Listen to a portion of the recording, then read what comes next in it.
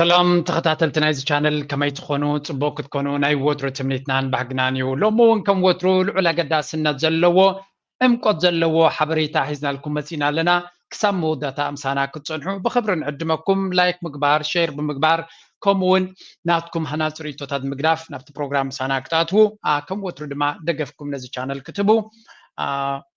نتوعكم نتهم كل جزء كيسالكم كومنتي قبر دما كابلبي نمسكنا بلنا لومي أقداسي كم دما أمكن زلوا حبريتا حزنا لكم قريبنا لنا مكتتالكم بتصمونا دما كن عدمكم هنا أبوليتيكا أم حبراوي هيوت بدرجة عالم أبزو بانا كأند دما نابها قرنا زوتو كوري حبريتا كلونا مساي كتصنحو دما بخبري عدمكم مجمريا دراما بقربيتنا كنجمرينا انتاي كم زدلو زلهم فلت እኔም አዲስ አበባን ከበብኩ እያለ ሲዘፍን ቢውልና ቢያድር በፍጹም አይችልም፣ አይሆንም። ኢትስ ኢምፖሲብል። ሸኔ ላለፉት 5 ዓመታት ኦሮሚያ ውስጥ በተለይ ምዕራብ ኦሮሚያ ሰላም የለም። ሸኔ ያውካል። ሸኔ ጋር ፋይት የምናደርገው ሸኔ ኦሮሞ ስለሆነ አይደለም፣ የሸኔ አስተሳሰብ ለኦሮሞም የማይጠቅም ስለሆነ ነው። አቢ አሕመድ በቃላቱ ከም ዝገልጸ ዘሎ ኣብ ኢትዮጵያ ዘሎ سلام مسان أجرجر هوكت أزي كبير كم زخونن مراحنا حنت عباي هجر كسعر كلني لوك فكر كل جينا كم سعره يزن أجركا نحد عطو جلة تانك زي بلو مدافع زي بلو كلاشين ترى حيزن تاخذ ويبون بتر حيزن تاخذ كذلو كسعرني كلنيو درون علني هليكوبتر علني ميسايل علني جيت علني نابل كخلها هذا برد حيزن كساقزلو انت تزل على كلاشينكوف حيز خيز زلو كسرنا يكلني اديس ابا متيك عليني كلني الكام فكار مالت نلباماتي عقميه بالليين مالتي كالا ترجم يبلون لحد عبي ميسايلات عتيقوم ساقا جنبارات اتكيلون زولي خسرني كلني تبلنبر كاوشت خاوتيو حنت كلاشين ترى حيزو ابقد عدو خينو ذكركا نزلو ايسرني الكام فكاركا تسعيركا خمزه لخاطر يزنقر ازو عج انتايو عبي شجرناتو وشتاو قلولاو سلازخونه نزا قلولاو كمي غير كان ابي ኤርትራ ተሳግራ كمي غير كان ኤርትራ አጀንዳ በመባል እትኩነታት አውሽት ኢትዮጵያ ዘሎ ናብ ኤርትራ ተሽርፎሞ ኮንዶ ኾነት ህዝቢ ዓሻ ዝነበረ ህዝቢ እቲ ካለ ኩሉ ለቢሚው በትምህርት ዘይኮነ ለቢሙ ብድሮናቱን ብጥሜትናቱን ያለቢምዎ ስለዚህ ናይ አቢ ጥበራ ክሰርሕ ስለዘይክል ኣብ አምሓራ ይሰርሕኒው ኣብ ዓብ ክፋል ናይ ሮማውን ይሰርሕ የለን ዝሰርሓሉ ሰብ ግን ስለዘለዎ ንዑ ከመይ ጌርካ ሞቢላይዝ ትገብር ሕጂ ግን ካብቲ ናይ ወታደራዊ ቋንቋ ናይ ዓሰብን ናይ ገለን ዝገደደ ካለ ዓዘቕቲ መፅይዎ ኣሎ ርእሲ ዘለዎም ተቃዋምቲ ኣጋጢሞሞ ስለዘለዉ ድማ ናበይ ከም ዝብል ጠፊይዎ ኣሎ ክልተ ቪድዮታት ክበኩም እየ ሓድሽ መረጋገፂ ዝብልዎ ዘለዎ ብስሙ ደርሶናል አዲስ መረጃም ደርሶናል በላይ በቀለ ነኝ ሐኪም ሆነ መራ የልጆችህን የትምህርት ቤት ክፍያ መክፈል አለመቻል የወር አስቤዛ መክፈል አለመቻል በጣም ከባድ ነው። መስዋዕትነት ለከፈለልኝ ቤተሰብ ከም ንሪኦ ዘለና ኣብ ኢትዮጵያ ሓደ ዓቢ ኩነታት ኣሎ ከሪአኩም እየ የዋስትና ጉዳይ ነው። የመኖርና ያለመኖር ህይወት ነው። ከምዚ ትሪእዎ ዘለኹም ደኳትራት ሰራሕተኛታት ናይ ሕክምና بكل كفل هاجر بكل هاجر نايت هاجر مالتيو እናወፁ አንጻር አቢ አሕመድ ይድሙ ከም ዘለውን አቢ አሕመድ ድማ መፍትሒ የብሉን ምክንያቱ ነዚኦም ተፈትሑ ቤት ትምህርታት ኮሚዮም ቤት ጽሕፈታት ናይ መንግስቲ ኮሚዩ ኩሉ ናይ መንግስቲ ሰራሕተኛ ወሰኽ ናይ ደሞዝ ብቅጽበት ክደልዩ ስለዚ ነዚኦም እንብንተይሉ ድማ እቲ ሃገር ክትፍንጀሮ ከም ትኽእል ይዝረአ ዘሎ this is a time bomb ደንቀነ ክርየና ትውፅኢት maybe ካልኦት ዓለማት ክሕግዝዎ እዮም ኣጆ ካድሓን ገንዘብ ክንዚ ክንበካይና ገለ ክብልዎ ክእሉ እዮም but maybe كيبلو خاي خليهم سلازي جوار محمد دما بلا غيرو ناي بكو ناي ابي احمد سلازي فلتا افتا تحممو جرم غيرو يزچفچفو زلو كريكم يا جوار محمد هو حد كف سلطان كله خلو حد ابي جرس تصاوته نتقيرو زبهلا ابيلو هو حد هي ودق بهالله هادق دبلو زلو كبارات كيلو نخبن قرض جبره هذا كابتن بوليتيكال انجينير سينيرو اكزاكتلي نزي هذا ما بلا غيري زنبددا زلو نعس لازم فلو تريو وردت ناتهم وردت نايزي مودات يبلون من يقبر الله يبلو إيرترا أبي إثيوبياسي حكايم كوينو سلاماو سلفس قبر زلوسي إيرتراوي بمبالتهم كادريتات نابي نابي إيرترا Eritreans have fled their country and are now demanding better wages rather than return to their homeland لذي اتهم حكايم نا إثيوبيا وسق نا دموز حتى زلوس إيرتراويان يوم كاب عدم تسديدهم نبانا مزيوم أجد ما دموز يبلو له سلزي إزيوم سبزيوم نزيوم اللي شيء مالله هابكا لملسك بكمية مجمر ياقل أبزي أكلت ني أبي أحمد أبتنا الجوار كنا متعاونا أبزي سمعوه تكلم السرور متلوت سبعتني أكفل تماري أنا بايزو يفرق كونغرام مستمر እግዚአብሔር ምስክሬ አብይን አይደለም እኔ አንድ አማራ ፕሮፌሰር ማስተማር የምችል ሰው ቀጥቅጬ ነው ማስተማር ፖለቲካ ይሄ ጉራ አይደለም ይሄንን ሰባተኛ ክፍል በደንብ ነው የነቀነኩት የህዋትና የኦነግና የሻቢያን ፖለቲካ ነቅንቄዋል ገደል ላይ ከተትኩባይ انتايم زبل زلو زي اجي تفغرانا تمشلل بلو نا ابي احمد ولا بتدرجات مرتناتيوم كل سبن ديو زي تماما كما يجيرو يسبز دكتور كوينو نزبل دربا نبزح حساب زت حساسبيو مخنياتو سمعني هذا سب دكتور كون كله هاي سكول ودي يلك شكا يقليو دكتور ودي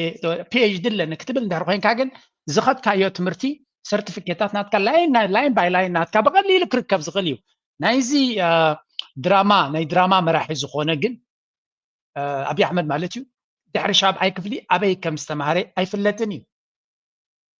بتزحزن كفالو دما بوتا دراما عرق كونريل يكبل صنيو بتدما دكتور يكبل حدا كابتي فشلت نزي بزي خاط تريو ابي تيبي خون زي كل وين دايم مساسل نجر كغبرز فتني خاطري قبل علي ما برايم مينستر يبلالو امين ام شور تا دكتور تبل كم تحفروا بزوان زي مخنياتو قدم نتامانነት نخركب يلز جبرانديا حجيغن كم تحفروا يرغصنيا مخنياتو it raises a lot of questions مالت كما يجركا خيل كان زغلو لعلو غلغا زغل معرق على نابلكاغا ناي حنفشوش مرا حنبر ناي قم نجر تدخون صبغي بجي جواري دفلت انا زيا جوار كما يجري هارملو ريبزي ناي بحق دما تقرمنا طبيها ትምህርት ቤት እንመለስ ሃይ ስኩል አብን ያሉት እነማን ናቸው ዛሬ ደግሞ ካድሬ ሆነው ጽንፈኛ ምናምን ያሉ ሐኪሞች የሚሰሩት እነማን ናቸው እነዚህ ጤና ባለሙያዎች እኮ ምን አይነት ሰዎች ነበሩ ትምህርት ቤት እኮ ከኛ ጋር ሲማሩ ቆቅ ሲባሉ የነበሩ ከአጠቃላይ ከአንድ እስከ 3 ሲወጡ የነበሩ በተፈጥሮ ብሩህ አእምሮ ያላቸው በከፍተኛ ደረጃ የሚሰሩ ጠንካራ ተማሪዎች የነበሩ ልጆች ናቸው ዝም ብሎ ማንም ሰው ሐኪም አይሆንም ከአጠቃላይ ከአንድ እስከ 3 የሚወጡ እንታይ ዝብል ዘሎ እዚኣ ኣብ ብዙሕ ሕብረተሰብ ከማን ፅቡቅ ጌርና ቸክ ክንገብራ ዘለና ኢና ወላም ኮላይ ሕብረተሰብ ናትና ኣብ ሓደ ሃገር መን እዮም ኣብ ፖለቲካዊ ፅላዝ ዝድይቡ ዘለው ምስትውዓል ከድልዩ እዚ ተራ ነጥቢ ወይ ከዓ ተራ ዘረባ ከም ዘይኮነ ማንም ሰብ ክስሕቶ የብሉን ስለምንታይ ከምኡ ዝብል ዘለኹ ኣብ ሓደ ሃገር ቤት ትምህርቲ ክኸይድ ከሎ ሰብ ንፋዕ ዝወደይ ፃዓር ዝወደይ ኣጆኻ ዝወደይ ክብል ከሎ ትወላዲ እንታይ ስለ ዝርኢ እዩ ንፍዕ ተምሃራይ صباح نقول أبصبغ بوتا كريو سلز دلي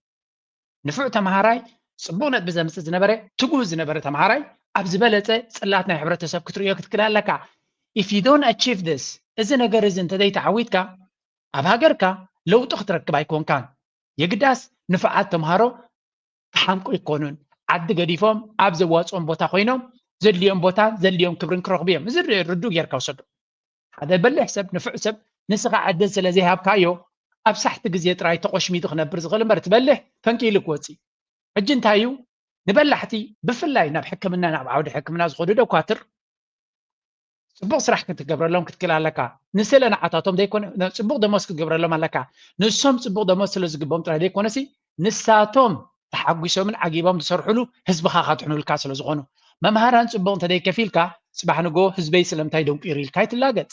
ويون أي تجرمر مهنياتو هذا سبعي هذا ممهر ويحنت ممهر دقات أميهم كله دقة تجنيقهم كله كيدا ندرك عند عماتا صبوك كتمري الكات صبت لها you must be crazy صلوا كتكون كتكلال لك ويون من هالبات بتخكل نايتهم كل عزيز معك كون خلاله أمبر هذا سب ودي سب مالتيو دقات أميهم كله دقات أميهم كله دقات تجنيقهم كله دقة نابغي كله دقة نابغي كله كيدو أبيت مرتخيدو ندق خالد نكحوس يلك سعر هيكلني ودسب ولا أول أنت زعره تتجنكاتنا يدق مسوس لدمز فرق حنقولي يتسرس لذي نمامهران نحكايم صبغ مقبار مالت نحبرة سبكا بفلايتهم ناشتغلوا كما توم أرعياناتهم وسيدهم نقدميت كخدولكا سلة دليب سلة إزياء يسنح لك بحالا زيك بلو كابزي بلكا أو هليلكا نعقد قبرا لك سالسايو نوتدرنا بزك عليك هي ووتون كخفل لك أبجنبار أسلف كذا لها سراويت دموز كتبقى لي بالكان زي ما قالت جن ديبل كان تخينكا يبلنا زيادة تعاقمنا إرتران أبدا زيادة تعاقمنا زيادة ما مساهم لما قال لنا كتب لك الله ما رأيك تكون لك أبي أحمد ناي 10 بليون يعني 10 بلو 10 بليون زتمن بالاس يتمنقسي أبي زغم مازالو زي 10 بليون دولار نزوم سرحتنياتات نخندي عمد دموز مخونم نيرو أديهم لهم هسه بزق ناي نفسه تراي سلا زبر دسو كل تزغبرو زلو زخفتو زلو نغرات تاريخ ايو نزخون يكون او اخيبا غيرو زبلج زغبرو نتي او زفس زلو ገንዘብ ክትሪኦ ከለኻ ማዕ ገንዘብ ይተፈስ ዘሎ በንጻሩ ንሓካይም ንመምሃራን ግን ኣይግደስን እዩ ዘሎ ስለዚ እንታይ ብሉ ፀኒ ጀባር መሐመድ እዚ ሰብ እዚ ንሱ ኮነ ኣብ ዙርዩ ዘሎ ሰባት ኩላቶም ኣብ ትምህርቲ ሰነፋት ዝነበሩ ሕማቃት ዝነበሩ በቋራጭ ዝሓለፈሎም በቋራጭ ናብ ስልጣን መፅዮም ብገንዘብ ናይ ህዝቢ ዝላገፁ ዘለው እዮም ስለዚ ፃዕራ ምዃን ኣብ ትምህርቲ ንፍዕ ምዃን ለይቲ መዓልቲ ምትካም ንኣብን ካድረታቱን ናይ ስንፍና ናይ ፋራታት መንገዲ እዩ ናይ ፋራ ዝብል ቃል ካበይ መፅኡ ንመን እዮም ፋራ ዝብልዎ መብዛሕትኡ ግዜ ንፍዕ ተምሃራይ ፃዕራም ተምሃራይ ገለመለ እዚ ሓደ ሓደገኛ ቃል እዩ ክትፈልጥ ኣለካ ነዚታት ኣስተውዒልካ እንተደይ በንቂስካዮ ነቶም ንፍዓት ንምድኻም ዝግበር ቋንቋ እዚ ሰነፋት እዮም ክበሃል ዝግብኦ ተርዲኹም ሎ ንሰነፋት ሓራይ ፊልካ ክሽፍነሎም የብልካ ንሰኽራማት ሓራይ ፊልካ ክሽፍነሎም የብልካ ሰነፋት እዮም ኣብ ሕብረተሰብ ዝወሓደ ኣበርክቶ ዘለዎም እዚኦም ሰባት እያቶም ስለዚ ንዝወሓደ ኣበርክቶ ኣብ ሕብረተሰብ ዘሎ ከም ሓደ ኩል ከም ሓደ ምዕቡል ጌርካ ምቑራፅ ንሕብረተሰብካ በዓልካ ንደልሃመት ምውሳን ምዃኑ ክትፈልጥ ክትክእል ኣለካ ጀዋር መሐመድ ድማ በዚኣ ገይሩ ንኣቢ ፅቡቅ ገይሩ ዝቕጥቅጦ ዘሎ ስለዚ ኣብን ብልፅግና ዝበለ ንሱ ገሊኦም ካነት ብልፅግና ብዕልግና እንዲኦም ኢሎሞ ንሱ ዝመርሖ ዘሎ ናይ ብዕልግና ፓርቲን ከመይ ጌርካ ንበዓልካ ምቾት ናነበርካ ነቶም ድኻታት ኣብ ቴሌቭዥን ከም ዘይመፁ ትገብሮም ከመይ ይነብሩሎ ባዕሎም ፈልጡ ግን ኣብ ቴሌቭዥን ክመፁ የብሎምን እሳያታ ፕላን ዘላ ልዩ የአእምሮ ተፈጥሮ የአባ ተፈጥሮ ተሰጥቶ ያላቸው ብራይተስት እንደ ሞስት ሃርድ ወርኪንግ የነበሩ ልጆች ናቸው። ዛሬ የወረዳ አስተዳዳሪ ሚኒስትር ዴታ እየተባለ የተደረደረው ግን ማን ነው? ከዘጠነኛ ጨኮ ሲፎርፍ የነበረ ማትሪክ ላይ ሲ እና ቢ የደረደረ ሰነፍ ደደብ የነበረ ተማሪ እኮ ነው። ይሄ እኮ ነው ዛሬ ሳያፍር እነኚህ ሐኪሞች ያን መሰለ አእምሮ ይኖሯቸው ሕጂ እንታዩ ፅቡቅ ገይሩ ከምታ ኣነ ዝብሎም ዘለኹ ሎሚ ኣማሓደርትን ካድረታትን ናይ ኣቢ በሽሓት ዝኽፈሉ ዘለው ገንዘብ ናይ ሃገር ዝፃወትሉ ዘለው መን እዮም ድሕሪልካ እቶም ሰነፋት ኣብ ቤት ትምህርቲ ዝነበሩ ንሳቶም እዮም በቋራጭ ንኩሉ ተቆፃፂሮሞ ዘለው ሕጂ ከምዚ ክንብል ከለና እቶም ሰነፋት ናቶም ኣብ ውሽጣዊ ፀገሞም ወይ እውን ኣብ ጉዳይ ናቶም ኣክንዲ ዝገብሩ ለንቀነ ዝገበሩ ወረዩ መቸብ ኣብ ሚድያ ኤርትራ ከም መንግስቲ ኤርትራ ዝወሓደ ኣብ ሚድያ ኢንቨስት ዝገብር መንግስቲ የለን ምክንያቱ ዋላ እኳ ሚድያ ኣገዳስነት ኣለዎ ካብ ደሞዝ ናይ መምሃራን ወይ እውን ደሞዝ ናይ ሰራዊት ወይ ናይ ካልእ ነገር ቀዳምነት ካብ ዲጋ ምስራሕ ንላዕሊ ስለ ዘይርይዎ ኤርትራ ኣብ ሚድያ ብዙሕ ሪሶርስ የብላን ዝተወሰነ ፀጋታት እያ ኣብ ሚድያ ትገብር ንሱኻ ግዴታ ስለ ዝኾነ ለንቀነ ሚኒስትር ሓበሬታ ኣቶ የማነ ገብረ መስቀል ሓንቲ ትዊት ገይሩ እዛ ትዊት ንሱ ዝገበራ እንታይ ትብል ነይራ ኤርትራ ፅቡቅ ዝኾነ ናይ ፀጋታት ናይ ምግቢ ዕዳጋታት ናይ ኣስመራ ኣብ ውሽጢ ዓዲ ዝፈርእ ዘሎ ፅቡቅ ዝኾነ እኽልን ፍሩታታትን በልፂጉ ከም ዘሎ ዝብል እያ እተን ስእሊ ዝመረፀን ግን ዋላ እኳ ናይ ኤርትራ ዝመስላ ትኾና ኦሪጂናሊ ናይ ኤርትራ ይኮናን ኮይኑ ይስምዓኒ ሕጂ ኢትዮጵያውያን ነታ ንሱ ዝገብራ ዘረባ ኩሉ ግዜ ሚኒስትር ሓበሬታ ናይ ኤርትራ ደውፃ በቃ ብኩልዮም ዝፈታትልዋ ስለዚ ቀልጢፎም ነቲ ስእሊ ናይ ኡጋንዳ እዩ ኣስመራ ቢኬም ኤዲኬሲ ተለለላ እናበሉ ካብ ስእሊ ሰሪቆም ደየላ ኣብ ኤርትራ እናውፁ ከምኡ ገብሩ ኣለዉ ኤርትራ ንህዝቦም ንምትላል ስለዘይሰርሑ ዘለዉ ስለዚ በቃ ከምኡ የለን ዓብይ ኣጀንዳ ገይሮም ዋይ ዲ ኤሪትሪያን ሬጂም propaganda might be feel compelled to go so far as to purchase stock photos ናይ ካልኦት ስእልታት ወሲድካ ከምኡ የለን እዚ ከዓ ኮኦርዲኔት ዝኾነ መጥቃዕቲ እዩ ከምዚኣ እናገበሩ ፀኒሖም ኤርትራ እንታይ ገይራ እዚ ኣነ ይፅበ ነይረ ገለ ነገር ኤርትራሲ ነዚኦም ሲ ኣፎም ክትዕብሶም ክትክል ኣለዋ ማለት እንታይ ማለት እዩ መልሲ ክትቦም ክትክል ኣለዋ ይብል ነይረ ኣይደንጎየን ሚኒስትር ሓበሬታ ናይ ኤርትራ ድማ ይቕረታ እቲ ስእሊ ብጌጋ እዩ ኣብታ ኣርቲክል ተፃሕፈት ብጌጋ ስለ ዝወሰድዎ እምበር ካብኡ ዝበልፅ ስእሊ ኣለና እዚኣ ናይ ብሓቂ ዝበለፀ ስቴትመንት እዩ እዚ ንምንታይ ከምኡ ብል ኣለኹ ኣነ ነዚኣ ከመይ ገይረ ፖስት ገይረ ሃረኩም apologies for posting wrong photo of Ragakli that I posted in the tweet above. I simply reproduced the photos from the original article below on Eritrea. ስለዚ كابتي article زنبرة كابتا article وسيدة سلطات غيرية it did not otherwise represent intentional foul play as some كالوت ناي propaganda زقبروه yes ناي كال سريركا فوتوشوب غيركا مغرب صبغ أيكونن إرترا دماغكم أي تسمدنينا بمبال صبغ زغنة لبام زغنة كم دما كم سمت أن كم تجاجد ما صبغت ملسيبو أنا نزيات قبيلة انتهي لسيفيا إرترا perfect هاجريا كم ناتكم بفوتوشوب استجاهت هاجريا كونتن إرترا perfect هاجريا كونتن but fabricate جنا نجبرنا perfect المثال جد أفبر خاينا تونينا زلنا نجرينا نري thank you Mr. Yamane for the transparency and the real footage even more stunning than the mistaken one that is that's leadership with integrity ስለዚህ ጌጋ ከጋጥም ሰብ ከጋገ ኣብ ስፔሊንግ ዲ ኣብ ካል ጌጋ ከገብር ንቡር እዩ ጌጋ ከም ዝኾነ ፈሊጥ ካገን ትክክለኛ ስእሊ ትገብሮ ትክክለኛ ስእሊ ዝገበሩ ካብቲ ዝተገበረ ስእሊ ንሱ ይፅበቅ ስለዚ ጌጋኻ ኣሚንካ ምዕራይ ይፅበቅ እዩ የርኢ እንታይ ኢላነ ሚንዋይል ናይ ኣቢ 30,000 ዝኾኑ ሰራዊት ናይ ሚድያ ለዋይ ኪው ዝብሎ ማነኳ ምክንያቱ ትስርሖም ሓደ ዓይነት ፎቶኮፒ ስለ ዝኾነ Twitter warriors are filming at the mouse and fabricating anything to demonize Eritrea. It is desperate, not diplomacy. ስለዚህ እሳቶም ቶም ካድረታት ካብ ኤርትራ ዝወፅእ ንምብልሻው ንዑ ንኤርትራ ንምስይጣን ንምድኻም ዳርጋ ቀዳማይ ስርሖም እሱ እዩ ስለዚህ ንዓ ተቐቢሎም ይብሉ ፀኒሖም ተሓቂ ግን ኢለ but let's shift to something they will never understand authenticity ኤርትራ ሓደ ነገር ኣለዋ ንሶም በፍጹም ክርድዋ ይክእሉን እዮም ኢንተርኔት የብላን ቴሌቪዥን የብላን ኣበለ ገለ የብላን ኤርትራ እንታይ ኣለዋ ናቹራል ኢንቫይሮንመንት ኣለዋ እዚ ከዓ ኣብ ኢትዮጵያ ዘሎ ክርድዋ ይክእሉን እዮም ፕሮባብሊ ምክንያቱ ኣፍሪካ ስለ ዘሎ ኣፍሪካ ገና ከምዚ ዓይነት ኣተሓሳስባ ይበፅሑን ኣሎ ክብል ክእል እየ ኣብ ምዕቡል ዓለም መፂና ክንርኢ ከለና ሎሚ ሰብ እንታይ ዝደሊ ዘሎ ኦሪጂናል ነገር ኣነ ኣብዚ ዝቕመጠሉ ዘለኹ ስዊትዘርላንድ ፕሮባብሊ ሓደ ካብቶም ዝሃብቶም ሃገራት ናይ ዓለም እዩ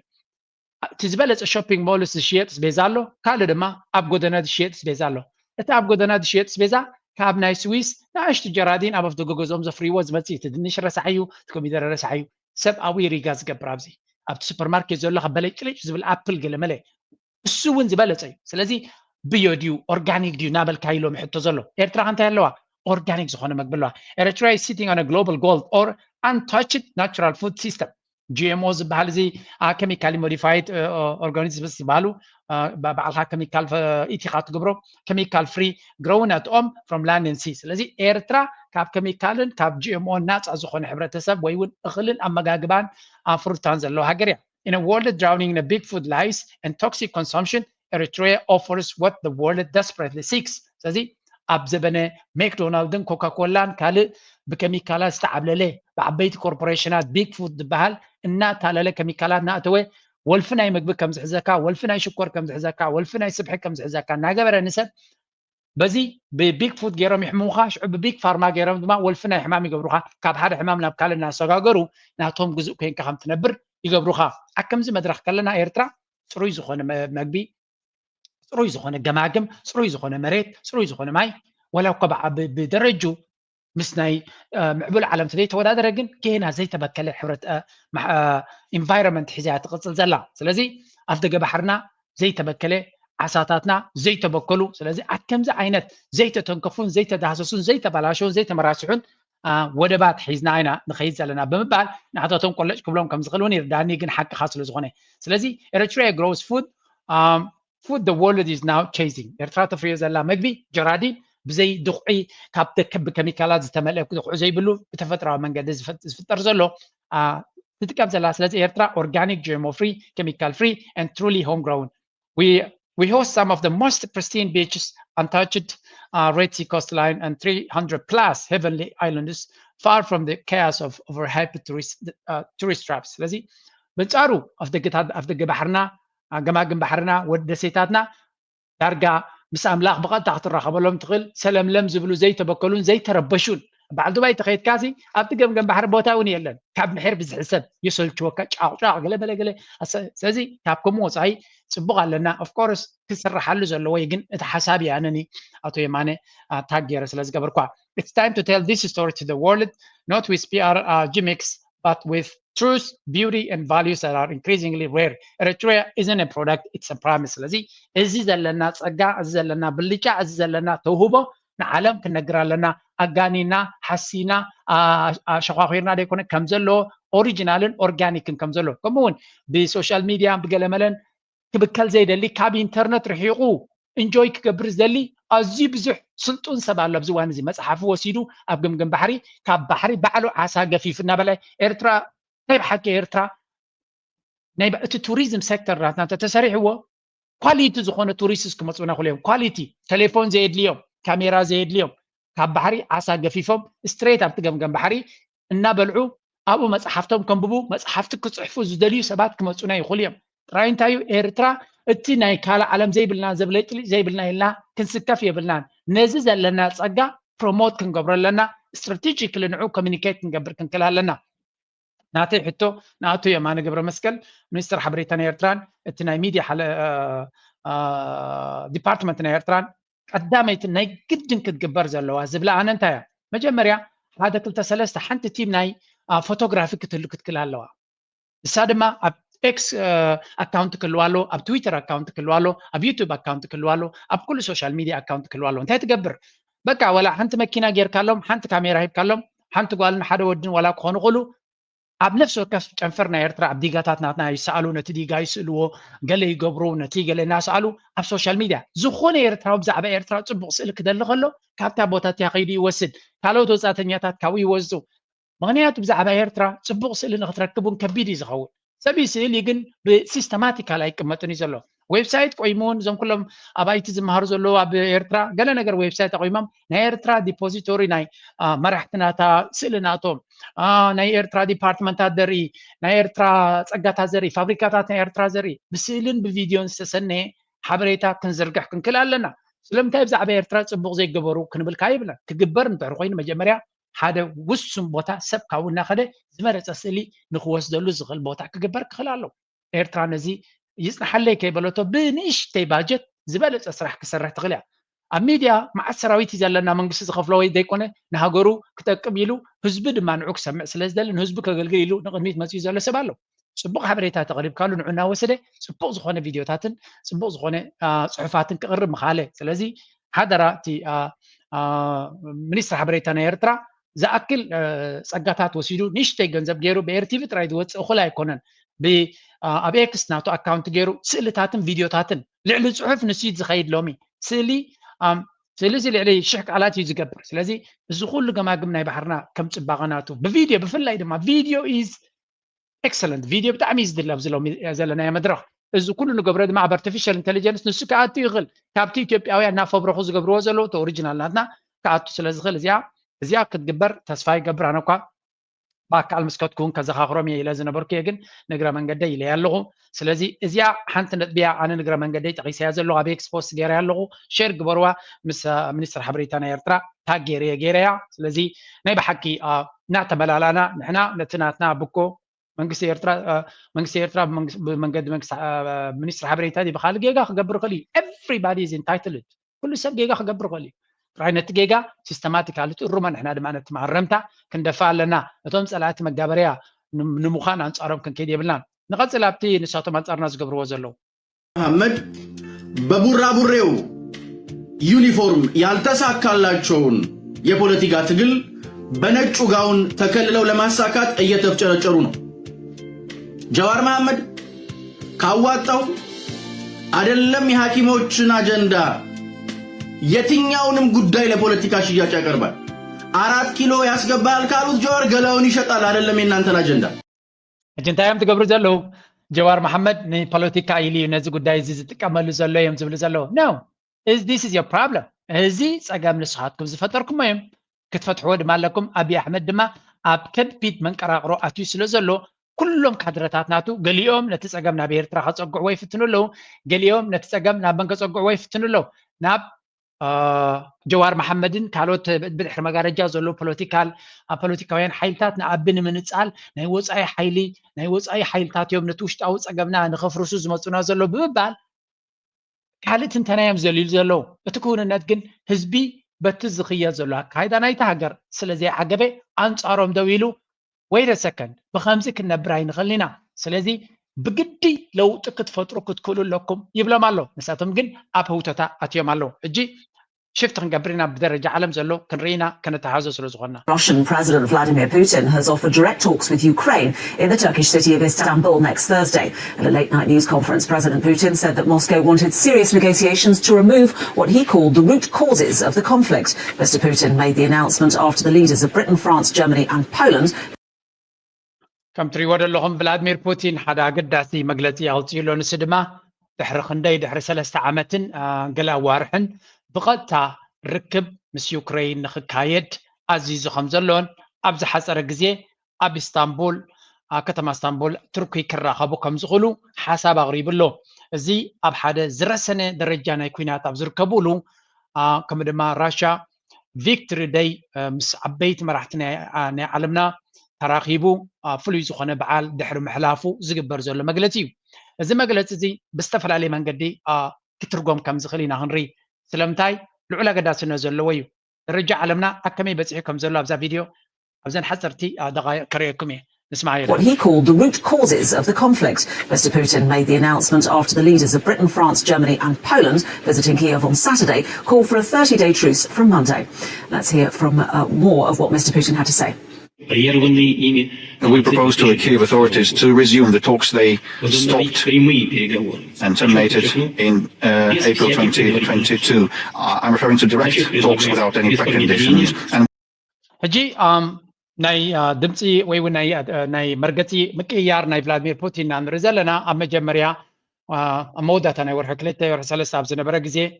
ንዩክሬን ይኹን ንኤውሮጳ ኣብ ጣውላ ከየቕረብካ ምስ ኣሜሪካ ጥራይ ክውዳእሉ ዝኽእል መንገዲ ከም ዝፈተነን ኣብታ ኣካይዳ ድማ ኣሜሪካ ዝነበሮም ኣካይዳን ዕላማን ናይ ራሻን ስለዘይተቃደወ እቲ ጉዕዞ እቲ ፈተነ ከም ዝፈሸለ ኢና ንርኢ ዘለና ኣብዚ እዋን እዚ ስለዚ ኣብዚ ሕጂ ካልእ መንገዲ እዩ ዝፍትን ዘሎ እቲ ካልእ መንገዲ ድማ ብቐጥታ ምስ ዩክሬን ብሓደ ኣብ ጣውላ ኮፍ ኢልካ ዝርርብ ምግባር ማለት እዩ ኦኬ እዚ ምናልባት ነቲ ኩነታት ካብ ምንታይ ተበጊሱ ገይርዎ ቭላድሚር ፑቲን ክንብል ንኽእል ኢና መሊሰ ከርእየኩም እየ ንሱ ነዚያ ክገብር ከሎ ቅድሚ ዝተወሰነ ግዜ ኣብ ኪየቭ ወይ እውን ኣብ ዩክሬን ዘጋጥም ዝነበረካ ንርአ was to some extent aimed at him. For these and other world leaders dialing in are determined to lock Donald Trump into a peace process which doesn't reward Vladimir Putin's aggression. So today we'll focus on how this then the so-called coalition of the willing. President Ukraine Volodymyr Zelensky. Its message to Russia's leader, extend your current 3-day ceasefire to 30 days starting on Monday. كم زنريو زلنا أب كيف رئيس كتمانا يوكرين دما مرحتنا يتوم coalition of the willing the بحال ويون دليد زلوهم ليوكرين كحجزوها بغتا حد الشانسلر ناي جرمن ناي فرنسا ناي عد انجليز كمو ناي بولند زركبوهم كالو بزحات مرحتي انكل لاي بغت هاد مام دونالد ترامب ركبا كايدوم بتليفون مالتيو دحريو زوت زلو مجلسي راشا ناي سلسته معالتي بمقنيات ناي معال تعود زبلوو دونالد فلاديمير بوتين زغربه نفس 30 معالتي كقرب كم زلو تغير كم زلون بقطع وين بغلطف دما كتمر كم زلون زقلص حبريتا كم زنبره ينارينا دلنا كل زي دما نراشا اقداسي ملختي يوزم حلال زلو انت ديغيرا اقدا عبخ قبرهم زغلو راشاون مس اقدس مرحت دبلتهم تشاينا دي كالوت محازوتا تراخب نيرا زوصوت مغلص سلازخونه بستفلالي منغدي استدفئ نجر كم زخونه يزنجر زلو اوكي እዚ ጂ ጽቡቕ ክንብለ ንኽእልና ናበይ ገጹ ክኸይድ ይኽእል ናበይ ክበፅሕ ይኽእል ድማ ክንሪኦ ኢና ብክልተ ወገን ሪና ኣለና ምዕራባዊ ዓለም እቲ መጠንቀቕታ እዞም መራሕቲ ናይ ንኹሎም ወኪሉ ፕራይም ሚኒስተር ናይ ዩኬ ዝበለስ Keir Starmer making it crystal clear to Mr. Putin that the message is coming from Donald Trump as well. All of us here together with the US are calling Putin out. If he's serious about peace, then he has a chance to show it now by extending the VE-Day pause into a full, unconditional 30-day ceasefire, with negotiations to follow immediately once a ceasefire is agreed. No more ifs and buts, no more conditions and delays. And if the Russian leader disagrees, we will ramp up sanctions and increase our military aid for Ukraine's defence to pressure Russia back. كم تريود لهم اني فلاديمير بوتين بزي قد ما كنت ناي 3 معالتي مقراص ناي تخصين نخجبر زلا على صقتي يقبروا خمسه لون زدما بامريكان بمولهم اوروباويان زدقف كم زخونن ስለዚህ ነዚ ብዘይ ቅድመ ኩነት ኣብ ዝቐልጠፈ ግዜ ናይ 30 መዓልቲ كل عينت مقراص نيتقصن خجبر صاوعيت كجبر خلوا أوروبا مرجع يغيروا خمسة لون ويون زنبرة مكايدا يستخدموا خمسة لون أنري تكوينات ني يوكرين أب position of strength ويون حيل مسجبر ترينا بتعلى نكيد بل زنبرة تغيروا نعبجا مقراص تقص جبر أبزبل أتيوم خمسة لو تكونت هدما ناي دونالد ترامب أكايدا سلزري زلوز جبر زلوا أموداتا فلاديمير بوتين ون أبتناتهم حساب زراعة ما يمثلالو سلزي تحطو كابز نابي كودي خلو أبت أولا مسيخاخة كنا من تايك سرح يخل أنت تي أمونغوم زول لقاب نابت أولا خنكيت كالنا فلاديمير بوتين تايزبل زلو نحنا روت كوز مسرت نايزي أب يوكرين زقبر زلو كوينات مسلمة ناي نيتو مسفح مخانو مجن زابي ريلي وخالد ما تي ناي نازي أتحسسوا زلو أب كيف زلو مرحنات ونيزبل زيادة قلنا ناي نيتو مسفح هايتي مسرت نايزو خلو كوينات سلزي تي أوروبا يخون أمريكا دما أبو كنا متاي دونالد ترامب كوا نيتونا بيوكرين كأتيبلون يلو تسمعين ريجن كال ديتيل سلزلوت سجام جن مشام كم زن ريا زلنا نايزيوم أبيت حيلتات أمريكا كساكندي أبي كونسيومت كوينا خمسة إن أنرزلنا. To the table. Proposed to start immediately on next Thursday on the 15th of May in Istanbul. President Putin will, for more on that press conference that took place at 2:00 Russian time, or Moscow time to be more precise. Here's our Russia editor and BBC monitoring, Vitaly Shevchenko. He started talking first about the string of meetings he had with the بحفش أنتنا نرزلنا روسيا مس أمريكا مس يوكرين بقطع كتزارب كم تدل زلا نبي جزء خيديو إذا حدا كفالت رأيو كلا كفال دمار رأيو سلست أربعة كم ذكريكم Hours after a ceasefire agreement was announced, projectiles in the night sky of Indian-administered Kashmir. India's foreign secretary is calling on Pakistan to stop what he calls violations and says India's armed forces have been given. زد ما تخالا جز نايتي أمونغ باكستان هندن زجبر زلو أقدر سكينات ولا كانوا جزيم كرة سوسي بأمريكا بدونالد ترامب استعوج أنت نبره أبحث الجزية نايم سيالات من الوقت كم زلو كم استفدت أميم زنقر زلو سلزي أمونغ باكستان هندن زجبر زلو لما نفسه زخاله بقلت أفسم عبد زلون ناب حرقة يكونتات كخيد زخل كم مخانز نقر لزلو كال مدرك ناي بوليتيكاوي نوتسين عن رزلنا زياتهم كل يوم نيكولا روين هجرات يوم بدحر مقاري جري مبزحات هجرات كم زلو عايز نقر again مع يوكرين الراشان بدحر مقاري جري مبزحات هجرات زلو وكي تودو خلو هجد ما أبنا هندن باكستان ناتينا خمسة لنا نرلنا تكون تادما ممليسو نار سنة زخي زلو كنتاتنا نرزلنا نافكالي فول فليجد وور ويكا كل زما كله حدا غنيا كينات كديب كم زغل يزو نقر زلو كل تبلو اتزلو كنتات رايزي I'm just presenting you اتزلو tensions way ونوتي سالسايد ما رايو عبيت هاجرات رايز بلكم زلو سلامتا اكمي مدرحاتينا همزلنا كرداكم الله 3 rounds of talks raise of hope after years of animosity. And now, for the first time, Iranian and U.S. diplomats are returning to the table in Oman to continue their negotiations. If the objective of these negotiations is to ensure that Iran does not obtain nuclear weapons, this is entirely achievable. زنريا زلنا دما أمونغو إيرانن أمريكان بزعباتي وتهدراوي ويون نيكولا رواز وارن خيت معبل زلو مسحابناتهم نوعو معلبن مركاب زقبر زلو زي تاوركب حجون بحراب طليان زقبر زنبر فتنه حجون ناب عمان قيروم كم زلو يزنقر زلو امونغو ايرانن امريكان زقبر زنبر ناب فينات كمعبل خلي زبحال زنبر قدمي من هند باكستانن يابتزو باغاتي مزلو نا ايران مس امريكا كومون مس اسرائيل زقبر زلو دما يغلصل كم زلو ينا نرزلنا انتاينا نرزلنا عبيت هاجراتنا عالم عبي زخونه بوليتيكاون وتهدراون مسحاب كم زلون ازي مغصلتا نايزه كم زيلنا حلو خلو اتن كلته قصر حادم قصر خلتنا عالمنا دما ولا قوت هدراون تليكونا نفسه زخاله افكالكا صميدن رينا لنا بزي زيا خاصموا have huge implications for our wallets here at home tonight there مجمريا مزيا كن دونالد ترامب لنكنز تزاربا سمعوا بزي So we take their word for it. It was, we hit them very hard. They had a great capacity to withstand punishment. They took tremendous punishment. And, you could say there's a lot of bravery there. That it was amazing what they took. But we honor their commitment and their word. They gave us their word that they wouldn't be shooting ships anymore, and we honor that. But so we دونالد ترامب بزعبا حوتي دي زارب زلو حوتي كسع كندي حيالات مخانم يزمسكر زلو كل عينت حيل قبل اليوم زربنايو تصاويرهم مدو يلوم አለው እዚ ዓብ ትብዓትን ብቃት ናይ ኩናት ከም ዘለዎ ምን ዝምስክር ዘሎ ናይ ኣሜሪካ ፕሬዝደንት ፈካር ዝኾነ ናይ ኣሜሪካ ፕሬዝደንት ብዛዕባ ሕውቲ ዝዛረብ ዘሎ ሓንቲ ነገር ክትርዳእና ዘለዋ ቅድሚ ሕጂ ብዙሕ ግዜ ኣብዚ ቻነል ተዛሪበያ ዶናልድ ትራምፕ ሓደ ቋንቋ ጥራይ ትሰምዕ ቋንቋ ናይ ሓይሊ ዝሰምዕ ንቋንቋ ናይ ሓይሊ ጥራይ ሪስፖንድ ዝገብር ድኻምነት ማለት ኣብ ርእሲ ናይ ዶናልድ ትራምፕ ምሕደራ ናይ ዶናልድ ትራምፕ ውጥቀትን ሽግርን ጥራይ ዘስዕበልካ ሓያል እንተኮይንካ ሓያል ድማ ብሓደ ይዝዕቅነሱ ወታደራዊ ዓይነት ጥራይ ዝዕቅኑ ስለዚ ሕውቲ ዝበሃል ነቲ ኩሉ ንሕና ዝዘርበናሎም ተፃዊሮም ክሳብ ሕጂ ቻሌንጅ ዝገበሩና እዮም ዋላ እኳ ነቲ ዝገብርዎ ዝነበሩ ጠጠው ከነብሎ ኢና እንተበሉ እዚኦም ሰባት እዚኣቶም ክሳብ ክንደይ ሓያላት ምዃኖም ኣርእዮምና ኣለዉ እዩ ዝብሎም ዘሎ ንሕውቲ ይምስክረሎም ኣለዉ ስለዚ ወታደራዊ ሓያል ኣቃውማ ዘለዎ ሃገር ኣብ ርእሲ ዶናልድ ትራምፕ ኣብ ምሕዳር ናይ ዶናልድ ትራምፕ ሪስፔክት ኣለዎ ንዑ ድማ ሪስፖንድ ዝገብር እንኮላይ ዋላ ግብረ ሽበራ ኢሉ ይፀዋዓዮ ንጣሊባን እውን ከምኡ ሪስፔክት ሂቡ ንኤሮጳ ግን ከምኡ ሪስፔክት ክብ ኣይንሰምዖን ኢና ዘለና ስለዚ ኣገይን እዚ እውን ነፍሱ ዝኸኣለ ሳይኮሎጂ ናይ ዶናልድ ትራምፕ ንምርዳእ ዝሓገዘ ሓድሽ መድረክ ንርኢ ኣለና ኣብ መወዳእታ ድማ ከምዚኣ ንሪኣ ፀናሕና ኣብ መንጎ ኣሜሪካን ቻይናን ዝግበር ዘሎ ነውፅእ ድማ ንርኢ have huge implications for our wallets here at home. Tonight, there are hopes of a U.S.-China trade war easing up following talks today between the two world powers. This is the first high-level meeting between the two countries since they started heaping tariffs on one another. And Hannah Brandt is joining us live at the White House tonight. Hannah, are we seeing any signs of a breakthrough between the two sides? ሕጂ ዶናልድ ትራምፕ ንኣሜሪካ እውን ድሕሪ ነዊሕ ምፍርራህን ምርዓድን ንቻይና ማለት እዩ በቲ ታሪፍ ገይሩ ከንበርክኻያ ኢሉ ድሕሪ ክንደይ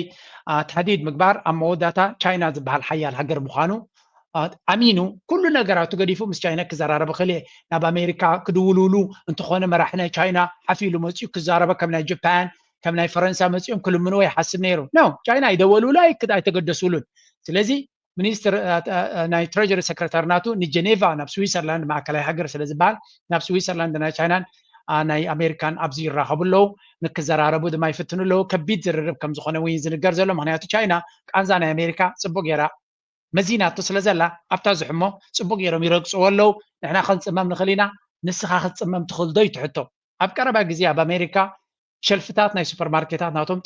ጥራዩ ክተርፍ ከም ዝኽእል ብዙሕ ፀብፃብ ናይ ኣሜሪካ ይወፅእ ስለ ዘሎ ዶናልድ ትራምፕ ኣብ ትሕቲ ፀቕጢ ከም ዘሎን ቀልጢፉ ሓደ ዲል ከጋጥም ከም ዝደሊ ዘሎ እዩ ዝንገር ዘሎ ኩሉ እዚ ግን ሓደ ነገር ፈጢሩ ኣሎ ክልቲኦም ይዛረቡ ኣለዉ ክልቲኦም ድማ መፍትሒ ክረኽቡ ከም ዝኽእሉ እዩ ዝንገር ዘሎ ውፅኢት ናቱ ድማ ኣብ ዕዳጋ እቶም ኣብ ዕዳጋ ዘለኹም ትርእይዎ ኣለኹም በዚያ ጌርና ክንውድእ ኢና ነዚ ናይ ኢንተርናሽናል ኒውስ Benefits from crypto remaining buoyant. The Bitcoin price breaks over $100,000 per coin for the first time in over 3 months. You won't believe what's about to happen next. And just for perspective, here's how the mainstream financial news was talking. ብሓፈሻ ስታክ ማርኬት ከምኡውን ክሪፕቶ ማርኬት ነዚ ሕጂ ዘሎ ኩነታት ዶናልድ ትራምፕ ረቢሽዎ ዝነበረ ዕዳጋ ዶናልድ ትራምፕ ብቕፅበት ዲልስ ንክገብር ይጎይ ስለ ዘሎ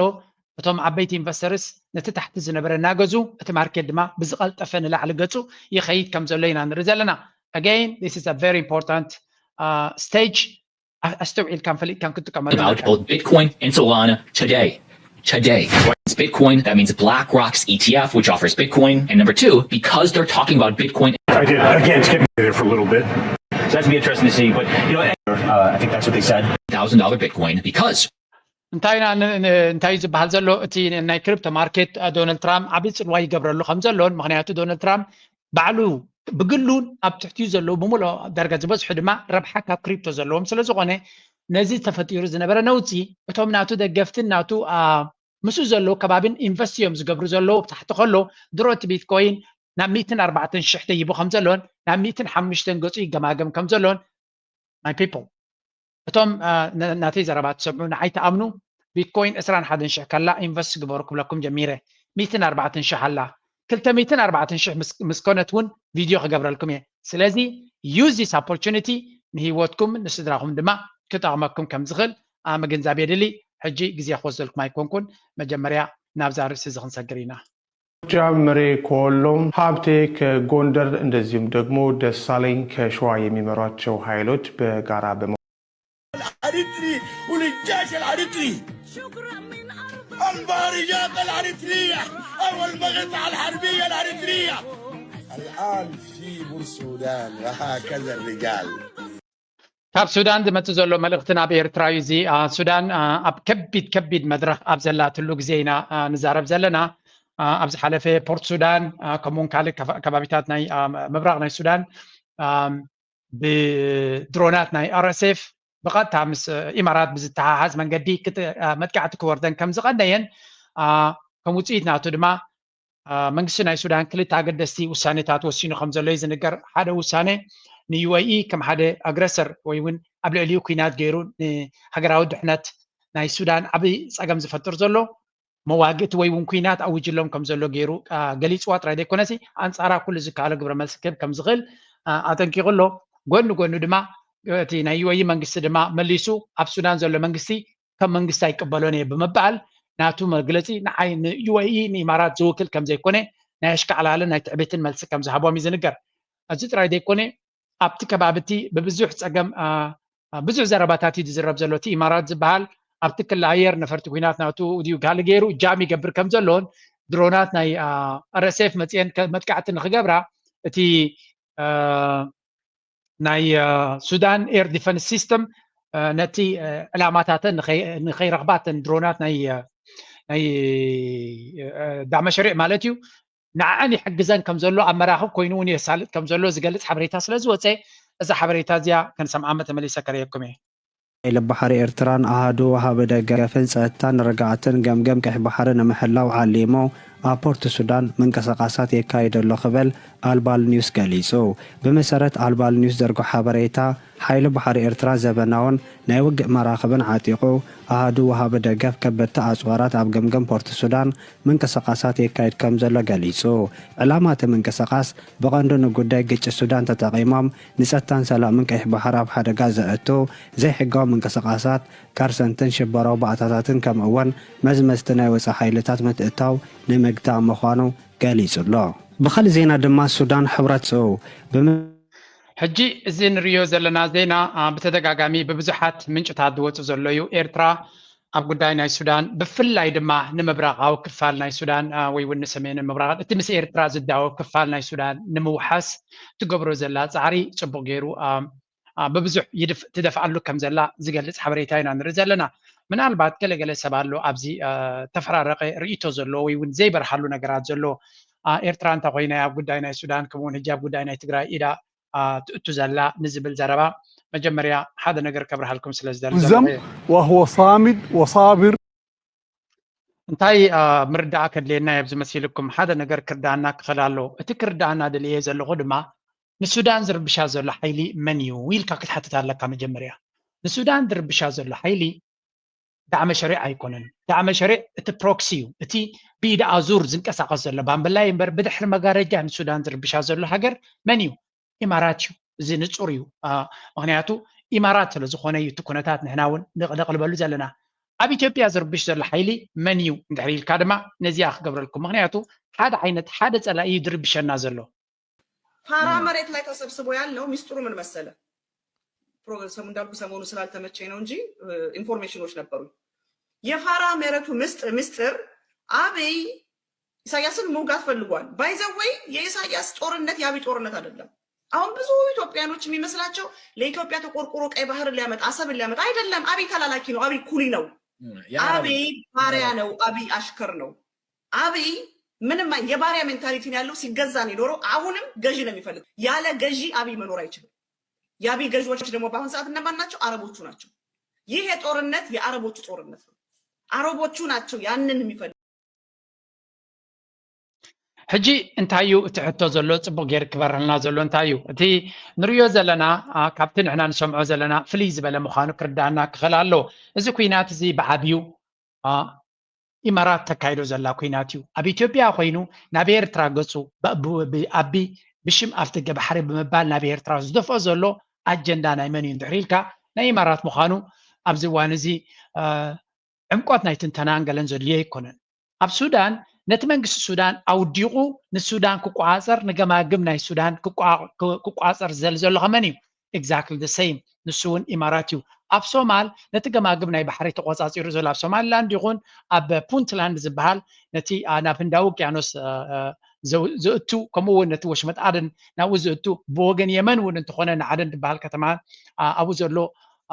سقاط راز بحال دسيتن زقو عصر مني ندحيلكا وين السيو إمارات زبالي نلعل انت دايبكا عبد كفال ناي ليبيا تخصاص يرزلو مني وين السيون إمارات زبال سلازي نعنا بيمانم تسقامن بدبوبنا يكون بمعرابنا زمصنا زلو فتنا ما بقسناتو حدي نس دما إماراتي بحالالو إمارات بحال حيل دما نيرترا بفلو عين زتمت حيلي انت خوني مقابريا زغون وكالو سلازلو أبا أديس أبا 4 كيلو أبي أحمد زبال مقابريا اللو أبنيو أب سودان دما زناي دعم مشاريع زبال زلو حميت اللوم أب صوماليا دما بفلاي دحر صومالي لاند كاول العلي بونتلاند زبال أب بوساسو زبال زلو بيز حدا كابتي من نهاريا ويون ما بقسنا يتقول وتهدراو منقسقاسات ناتو سلو زغوني انتاي زبل زربالو منقس السودان نصوماليا أقداسي متنقاطع ويون محسنتا سديد الله خمزلو مغنياتو ازي مقابريا أب بونتلاند زلو كابو تبقيسو ناب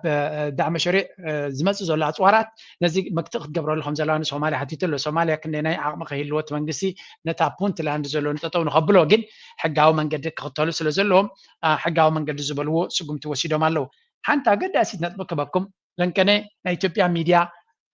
كم تيور غيرو ززورا زلو بخمي دما نزيامتي زلو ازي دعم مشاريع بدرونات غيرو ابورت سودان زفتنو منالبات دعم مشاريع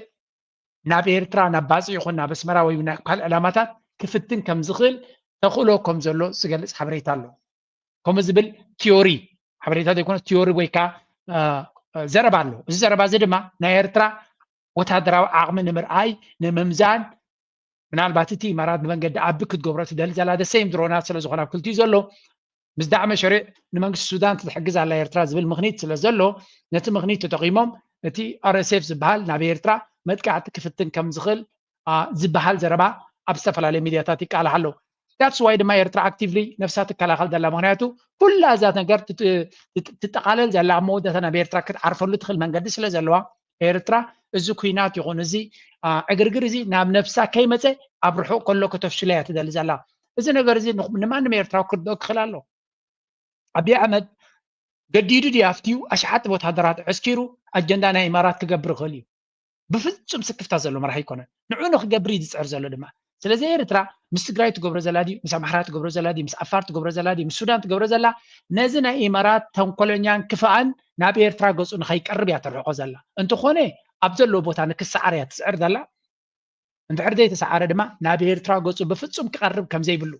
ስለዚ እዚ ነገር እዚ ብዛዕባ ናይ ኤርትራ ድሕነት ዝርዳእካ ተኮይኑ እቲ ጸላእትና ዝገብርዎ ዘሎ ብዕምቆት ክርዳእካ ዝኽእል ተኮይኑ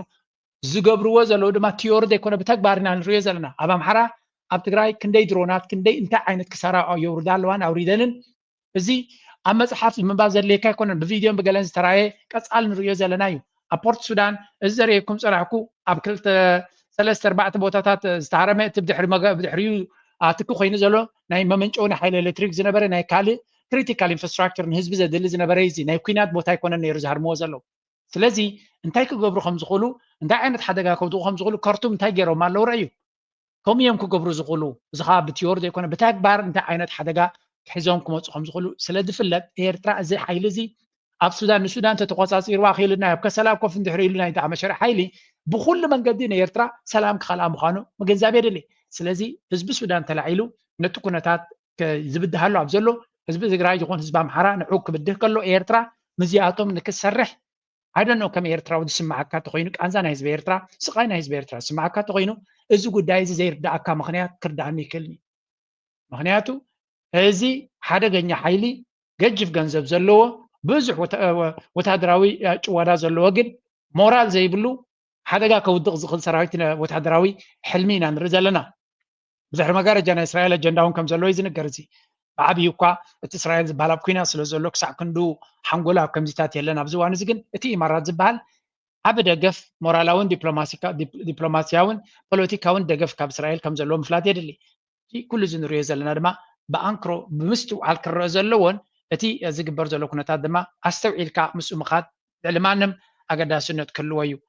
እዚ ስለ ዝኾነ ድማ ኩሉ እቲ ዝግበር ዘሎ ተጠንቂቕና ክንሪኦ ኣለና ዝበልና ስምዑ ብዚ ሕጂ ጃምሬ ኮሎም ሀብቴ ከጎንደር እንደዚሁም ደግሞ ደሳለኝ ከሸዋ የሚመሯቸው ኃይሎች በጋራ በመሆን የአማራ ብሔራዊ ኃይል የሚል ማቋቋማቸውን ገለጹ። ይህ የአማራ ፋኖ ብሔራዊ ኃይል በማዕከላዊ ኮማንድ እንዲመራ መወሰኑን ገልጸዋል። ከም ንሪኦ ዘለና ናይ አምሓራ ፋኖ ብሓደ ሰንትራል ኮማንድ ዝተፈላለዩ ኃይልታት ብሓደ ሓቢሮም ሓደ መንቅስቃስ ንክገብሩ ተሰማሚዖም ስለ ዘለው ኣብ 4 ኪሎ ኣብ አዲስ አበባ ኣብ ራዕዲ ፈጢሮም ኣለው። ምክንያቱ ናይ አምሓራ ኃይሊ ብሓደ ኮማንድ ምኻድ ነቲ ናይ አምሓራ ክልል ሃገራዊ ረብሓ ወይ እውን ብሔራዊ በቲ ክልላዊ ረብሓ ዲ ወላ ናይ ሃገር አጀንዳ ብዝበለፀ ንኸሳልጡ ዕድል ክቦም ስለ ዝኽእል አብይ አሕመድ ምናልባት እቲ ዝለዓለ ራዕዲ ፈጢሩሉ ዘሎ ነጥቢ እንተሎ ንሱ እዩ ኣይክእሉን እዮም ኢሉ ዝፍክሮ ዝነበረ ካብ ዜሮ ተበጊሱ ናይ ቀቢፀ ተስፋ እምበር በይኖም ተበታቲኖም ከለው ብረትን 10 ዘይከውን ጣይ ዝሓዘ ወተሃደራዊ ዓቕሚ ከለዎም ዘይሰዓሮም ፈኪሩ ዝኸዳብ 3 ሰሙን ኩዳይሉ ዝፈትኖ ዘይሰዓሮም ሎሚ መፂኦም ከም ዝተኣኪቦም ተወዳዲቦም ንዝመፁ ዘለው ክስዕሮም ኢልካ ክትግምት ኣዝዩ ከቢድ እዩ። ዳትስ ዋይ ድማ እቲ ወተሃደራዊ ዓቕሚ ናይ ፋኖ ንኣቢ ኣዝዩ ኣብ ዘርዒ ደረጃ በፂሑ ከም ዘለዎን ምናልባት ኣብዚ ንሸክ ሰሙ አርበኛ ዘመነ ካሴ ነኝ የአማራ ፋኖ ጎጃም ሰብሳቢ። አሁን ደግሞ የአማራ ፋኖ ብሔራዊ ኃይል ማዕከላዊ ኮማንድ አባል ነኝ። ይህ ቀን እንዲመጣ የሁኔታ እንዲፈጠር ይህ ድባብ ተፈጥሮ እንድናየው ሁሉም ኃይል እዚኦም ተመራሕቲ ናይቲ ዝተፈላለየ ጉጅለታት ናይ ጎንደር ዶ ናይ ጎጃም ዶ ናይ ሽዋ ዶ ናይ ወሎ እናተባሃሉ ተፈላለየ ዝነበሮም ሕጂ ሓደ ሰንትራል ኮማንድ ኣቆይሞም ኣለው። እዚ ነብሱ ዝኻለ ስጉምቲ እቶም ኮማንደርስ ወይ መራሕቲ ናይቲ ዝነበሩ ድማ ብሓደ ኮይኖም ሰንትራል ኮማንድ ተረዳድዮም መጥቃዕቲ ክገብሩ ከለው ሓበራዊ መጥቃዕቲ ክገብሩ ከሉ ንኣቢ ካብዚ ንላዕሊ ሾክ ክፈጥረሉ ዝኽእል የለን። ጎኒ ጎኒ ከምዚ ኢሉ እናሃለወ ናይ አምሓራ ቃልሲ እናበርትዐ ኣብ ዝኸደሉ ዘሎ አብይ አሕመድ ሸነ ሞራል ረኺቡ ኦርጋናይዝድ ኣብ ዝኾነሉ ዘሎ ካልኦት ናይ ሶማሊያ እውን እንትኾኑ ናይ ኦጋዴን ይኹኑ ኩሎም ሓይልታት ተስፋ ዝረኣየሎም ዘሎ ሕልምን ዝተፈላለየ ሕልሚ ዘለዎም ኩላቶም ነናቶም ሕልሚ ዘለዎም ኩላቶም ነናቶም አጀንዳ ዘለዎም ከምዚ ኩነታት ግን ንኣብነት ናይ ክልል ሶማሊያ ቃልሲ ዘለዎ ወይ እውን ዕላማ ዘለዎ ናይ ሸነ ቃልሲ ይርዮ ኣሎ፣ ፋኖ ይርዮ ኣሎ፣ ናይ ትግራይ ሓይሊ ይርዮ ኣሎ፣ ናይ ካልኦት ሓይልታት ይርዮ ኣሎ። ስለዚ ኣነ ሕጂ ዕድለይ ናይ ዓፋር እውን ናብ ኤርትራ ዝኸደ ካብ ዝተበጊስ እዩ ኣቢ ንዓፋር ሒዙ ነቲ ናይ ዓፋር ሕልሚ ክቆትሎ ስለ ዝኽእል ንሕና ምዚ ነፍሲ ወከፍ በብወገኑ ዝቃለሰሉ ዘሎ ኣብ ዓፋር ኮይና ከይንቃለስ ኣቢ ንዓ ስለ ዝጥቀም ዘሎ ሓደጋ ክኾነና እዩ ብወገን ኤርትራ ግን ደገፍ ክንረክብ ስለ ንኽእል ዝብል ሓይሊ እዩ። ኣብዚ ቀረባ ድማ ሓያል ወታደራዊ ክንፊ ዝሓዘ ናይ ዓፋር እውን ክንሰምዕ ከም ንኽእል ስለዚ ኤርትራ ነፍሳ ኢንሱሌት ትገብራላ ጥራይ ዘይኮነስ ነቲ ፀላኢ ሓደጋ ክፈጥር ናብ ኤርትራ ገፁ ክወፍር ዝኽእል ሓይሊ ፅቡቅ ጌራ ተኣልዮ ከም ዘላ ኢና ንርኢ ዘለና። ኩሉ እዚ ድማ እቲ ናይ ኣቢ ፈኸራ ካብዚ ዝብገስ እዩ። ለራሱ ኦሮሞ አይጠቅመው የምንጋደለው እኛ ነን። ለምን? ጥፋት ስለሆነ በየሰፈር ያለውን ሸኔ የምትጋደል ለራስ ስትል ነው፣ ለራስ ስትል። ምክንያቱም የትኛውም ሸኔ የትኛውንም ሸኔ አያሸንፈውም። የትኛውም ሸኔ የትኛውንም ሸኔ አይገዛውም። ዛታ ካናሹሪው የኦሮሞ ሸኔ አማራን በፍጹም ሊገዛው አይችልም። በፍጹም አማራ ወዶ ፈቅዶ አምኖ ካልሆነ በስተቀር በሸኔ አስተሳሰብ ሊገዛ አይችልም። አሁን ሪያሊቲን ፌስ ማድረግ ነው። ማንም ላይ መጫን አይችልም። ተባብረን ናይ ብሓቂ እዚ መራሒ እዚ ዕድመ ናይ ስልጣኑ እና ሓፀረ ይኸይድ ከም ዘለዎን ቋንቋ ናይ ዘረቡ ብፍጹም ንሃገር ክቋፀር ዝኽእል መራሒ ከም ዘይኮነ ካብ መዓልቲ ናብ መዓልቲ ቫሊዴሽን ወይ እውን መረጋገፂ ነጥቢ ይዝህብ ዘሎ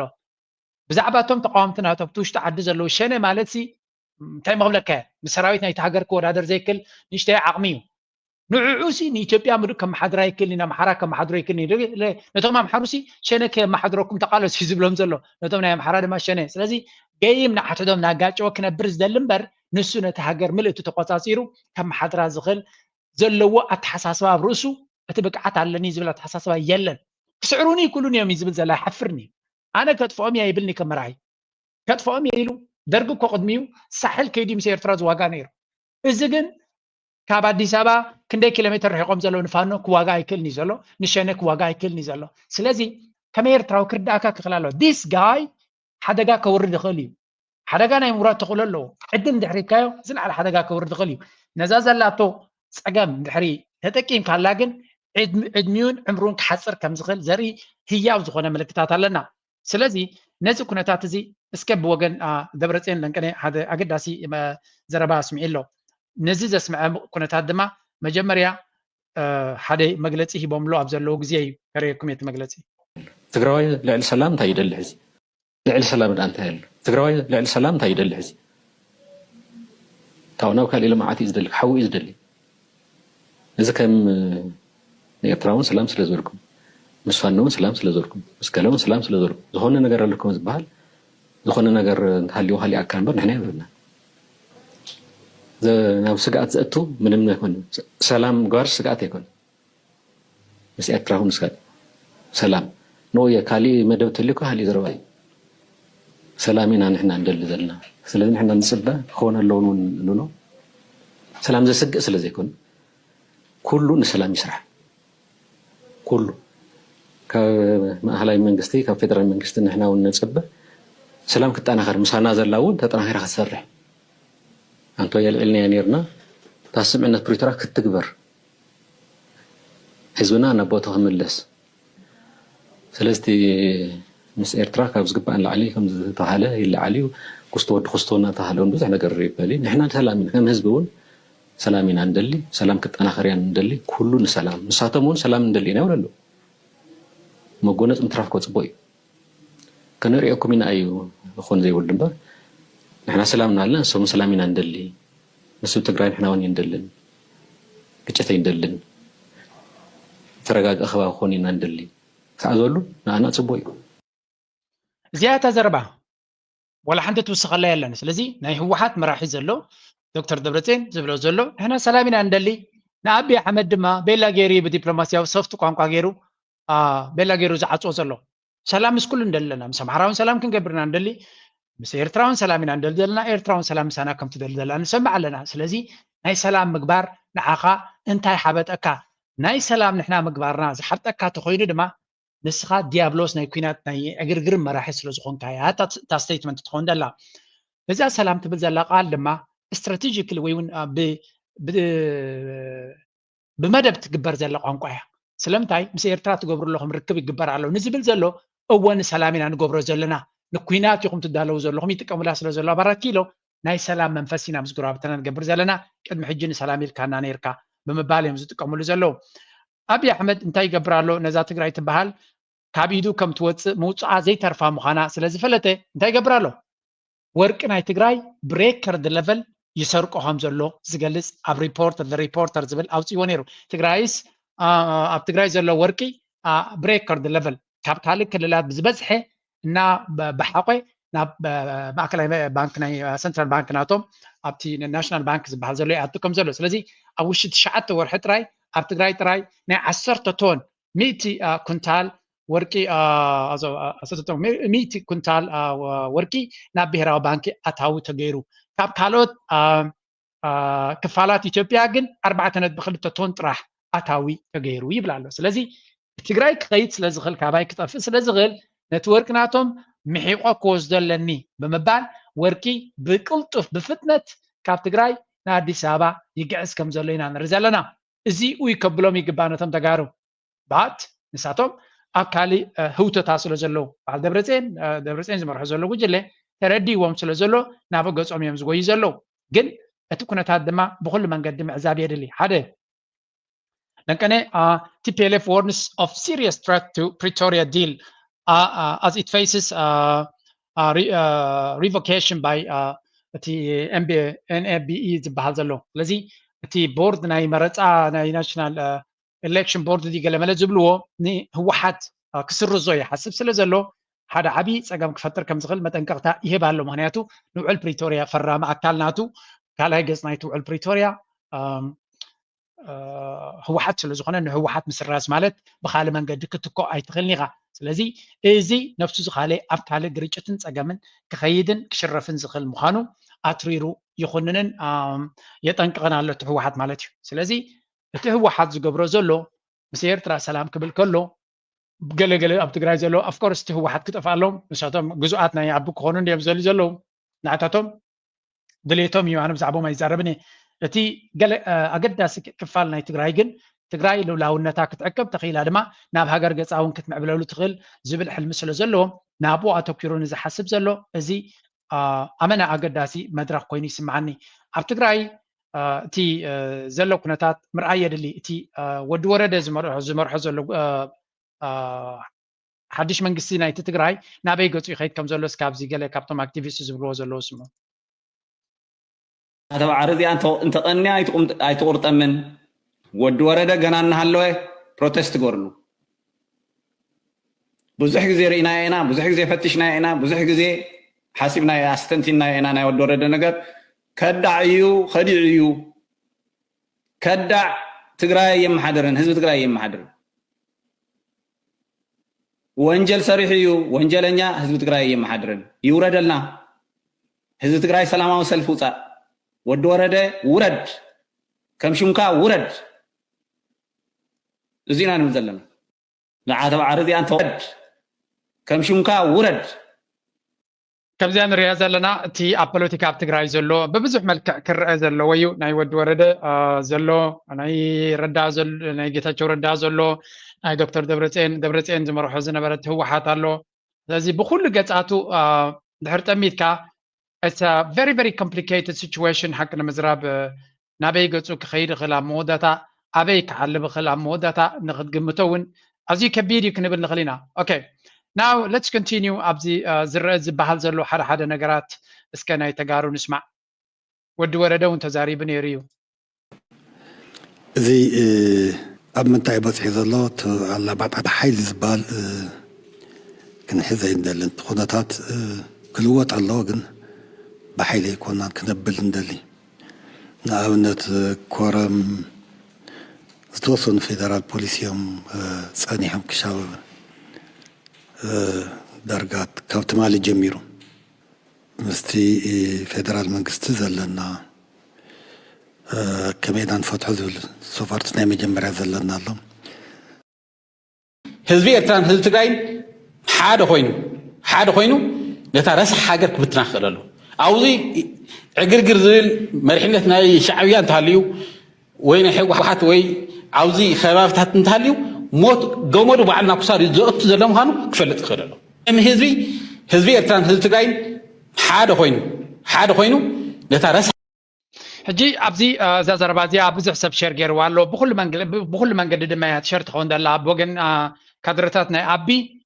كم تناي شعنشات من تسان حدا زجبرونا حجون بحد قينهم ما تيوم نزح حجر كبتنيهم زدلي زلوا بمبال نبروباغندا يتكمل على حركة أبتغراي زلوا أكتيفيست زتكمل على ناي بحكي حدا جنيايو ولا توجك يجمر كل حدا قاعد فترة الكام قاتات يوم زتكم جي زازربازي أبو خمم كم أخذ كون كلا بخالد ما حزب إيرترانس بتغراين حدا قينو مالت تاي مالتيو تاي تحد النزل زلوا حزب تغراين نفسه زخال هاجريو ፖለቲካዊ መርሕነት ኣለዎ ወታደራዊ መርሕነት እውን ኣለዎ ህዝቢ ኤርትራ ድማ ሃገራዊ ልኡላዊ ዝኾነ ሃገር ዘለዎ ህዝቢ ኮይኑ ሰራዊት ኣለዎ መንግስቲ ኣለዎ ኩሉ ልፍንቲ ወይ እውን ፅምዶ ክምስርት ከሎ ድማ ንሓደ ውሱን ዕላማ ንዑ ንምትግባር ልክዕ ከምቲ ህዝባዊ ግንባርን ህወሓትን ኣብ 1991 ናብ 4 ኪሎ ኣትዮም ንመንግስቱ ሓንሳብ እናሓዋሩን ክፍንቅልዎ ከለዉ ሓደ ኮይኖም ዘይኮኑ ወታደራዊ ዕላማ ሒዞም እዮም ከይዶም ክልቲኦም ድማ ኣብ ሃገሮም ተመሊሶም ሽዑ ሕጂ እውን ተመሳሳሊ ዕላማ ሒዝካ ነቲ ዝድለ ዘሎ ክግበር ዘይግበርን ካላርሲ እሱ ናብቶም መራሕቲ ዝገድፋነ ጀነራል ግን ሓደ መርገፂ ሒዝካ ወይ እውን ተመሳሳሊ መርገፂ ሒዝካ ተማኺልካ ነቲ ኣብይ ኣሕመድ ክገብሮ ዝኽእል ዓንዳሪ መንገዲ ንዑ ንምሕፃር ዝግበር ስጉምቲ ኩሉ ተቐባልነት ክህልዎ ከም ዝኽእል ምክንያቱ ፀላኢኻ እንዳሕረ ለሊኻ ምስ መን ኮንካ ትቆሽምዶ ድማ ንዑ ንምግምጋም ክትግምት ትኽእል ኢኻ ኣይ ቲንክ ምሱ ዝተሓሓዝ ብክልተ ሰለስተ መንገዲ ትወፅእ ዘላ ሓበሬታ ዝረኣኽዋ ኣብዚያ መጀመርያ እዚያ እስከስምዕዋ ህወሓትን ጀነራላት ትግራይን ህወሓትን ምስ መንግስቲ ኤርትራ ወይ ድማ ምስ ሻዕብያ ይራኸቡ እዮም ዝብል ተደጋጋሚ ክሴታታት ይለዓል እዚ መበገሱ እዩ ሓፈሻዊ ዶክተር ደብረፅዮን ከም ናይ ውድብ ቦምበር ምዃንካ ድማ ሓፈሻዊ ርእይቶ ካብዚ ጉዳይ ዘሎ እንታይ እዩ ዝመስል እዚያ ሕቶ ቅድሚ ምላሱ ኣብዚ ሓንቲ ዘረባርየ ነይረ የኤርትራ ጦር አዛዥ ጀነራል ትግራይ የገባበት ምክንያት ደግሞ ከቲዲኤፍ ጋር ከትግራይ ሰራዊት ጋር ሆኖ ወደ ቡድን የተወሰነ የትግራይ ሰራዊትን ይዞ መቀሌና መቀሌ አካባቢ ያለው የትግራይ ግዛት ላይ ከፌደራል እዛ ቪዲዮ እዚያ ዝተፈብረኸት ክትከውን ከም ትኽእል ግምት ኣለኒ ግን ኣብ ክልተ ሰለስተ ቦታ ጀነራል ናይ ኤርትራ ሓላቓ ስታፍ ናይ ሰራዊት ኤርትራ ጀነራል ፊሊጶስ ንትግራይ ከም ዝኣተወ ዝብል ሓበሬታ which I suspect to be fake news ክኸውን ከም ዝኽእል ምክንያቱ ናይ ኤርትራ ኣካይዳ ብከምዚ ብግሉፅነት ክኸውን ዝኽእል ኮይና ይስማዓንን እዩ if it happens it doesn't surprise me እንተጋጢሙ ዘገርመኒ ነገር ኣይኮነን ግን ከምኡ ዓይነት ኣብ ሚድያ ደረጃ ንኽዝረበሉ ዝኣክል ኣካይዳ ናይ ኤርትራ ይመስልኒ ግን ወይ ነዚ ሰብ እዚ ባዕሎም ተጠቂሞም ከማ ጌሮማ እታ ቪድዮ which is very likely ክግበር ዝኽእል እዩ እንተደየለ ግን ብክልተ ሰለስተ ከምኡ ዘረባ ሰሚዐ ኣለኹ እታ ሕቶ ግን ኣብ ደብረፅዮን ክምለሳ ስለ ዘለኹ እየ ኤርትራ ማልከም ዝብልኮ እዩ ምስ ኩሉ ሰላም ንኢልና ምስ ኤርትራ ሰላም ንኢልና ዝበሃል ግን ብዙሓት እዮም ከም ዝተገለፀ ስለዚ ኣነ ሓደት ሰላም ጎንፅስ ይትረፈና ተሓለፈ ጎንፂ ነይሩ ንሱ ብኣግባቡ ይተኣለ ስርዓት ኣሎ ብስርዓት ክእለይ ንስኹም ዘሎ ጌርና ሕዚ ግን ናብ ጎንፂ ይንእተዩ ሕዚ ግን ሰላም ኢና ንደሊ ክንሓዊ ኢና ንደሊ እግርና ክንተክል ኢና ንደሊ ልዕሊ ኩሉ ግን ህዝብና ኩን ኣብ ቦታ እተና ኢና ዘለና ዶክተር ደብረፅዮን ኣብዛ ሕጂ ዝገበራ ኢንተርቪው ልዕሊ 50 ግዜ ሰላም ትብል ቃል ከም ዝደገመ ዝገልጽ ሓበሬታ ርኢ ኣለኹ ስለዚ ኣብ ብዙሕ ናይታ ክፋል ናይታ ዝገበራ መግለፂ ሰላም ትብል ቃል ምስ ኩሉ ሰላም ዝብል ቃል ብብዝሒ ይደግም ከም ዝነበረን ስለዚ ንሰብ ካብ ኣፉ ብደይወፀ መንገዲ ክትፈርዶ ምፍታን እውን ገበን ምዃኑ ምግንዛብ የድሊ ሕጂ ክንጥንቀቐሎም ዘለና ነገራት ድማ ኣለዉ ክንጥንቀቐሎም ዝግባአና ደይመ ደይሎም ነዚ ናይ ሰላም ኣንፈት ክዘርጉ ኢሎም ዝመፁ ሓይልታት ኣለዉ እስከ ነዚያ ስምዕዋ ትህግደፍ ዝበሃል ማለት እዩ ትህግደፍ ካብ ፈለምኡ ከመይ ዓይነት ናይ ሓሳብ ርእይቶ ነይርዎ ኢልና ታሪክ ሰነዳትን ነብል ፍኮርስ ተምፅኦ ነርካ እቲ ናይ ኣርባዓታት ሕቶስ ከይመለሰ እሳተን መፅን እሞታ ኢሉ ከመሊሱ ኣብ ሕድሕድ ታሪክ ብርኩ ማለት እዩ እቲ ናይ ፖለቲካዊ ሰልፊ ናይ ኣርባዓታት ድዩ ናይ ተስዓታት ድዩ ወላ ናይ ኣማይታት ድዩ ንዓኻ ዝምልከት ኣይኮነን ኤርትራውያን ከምዚኣ ጥራይ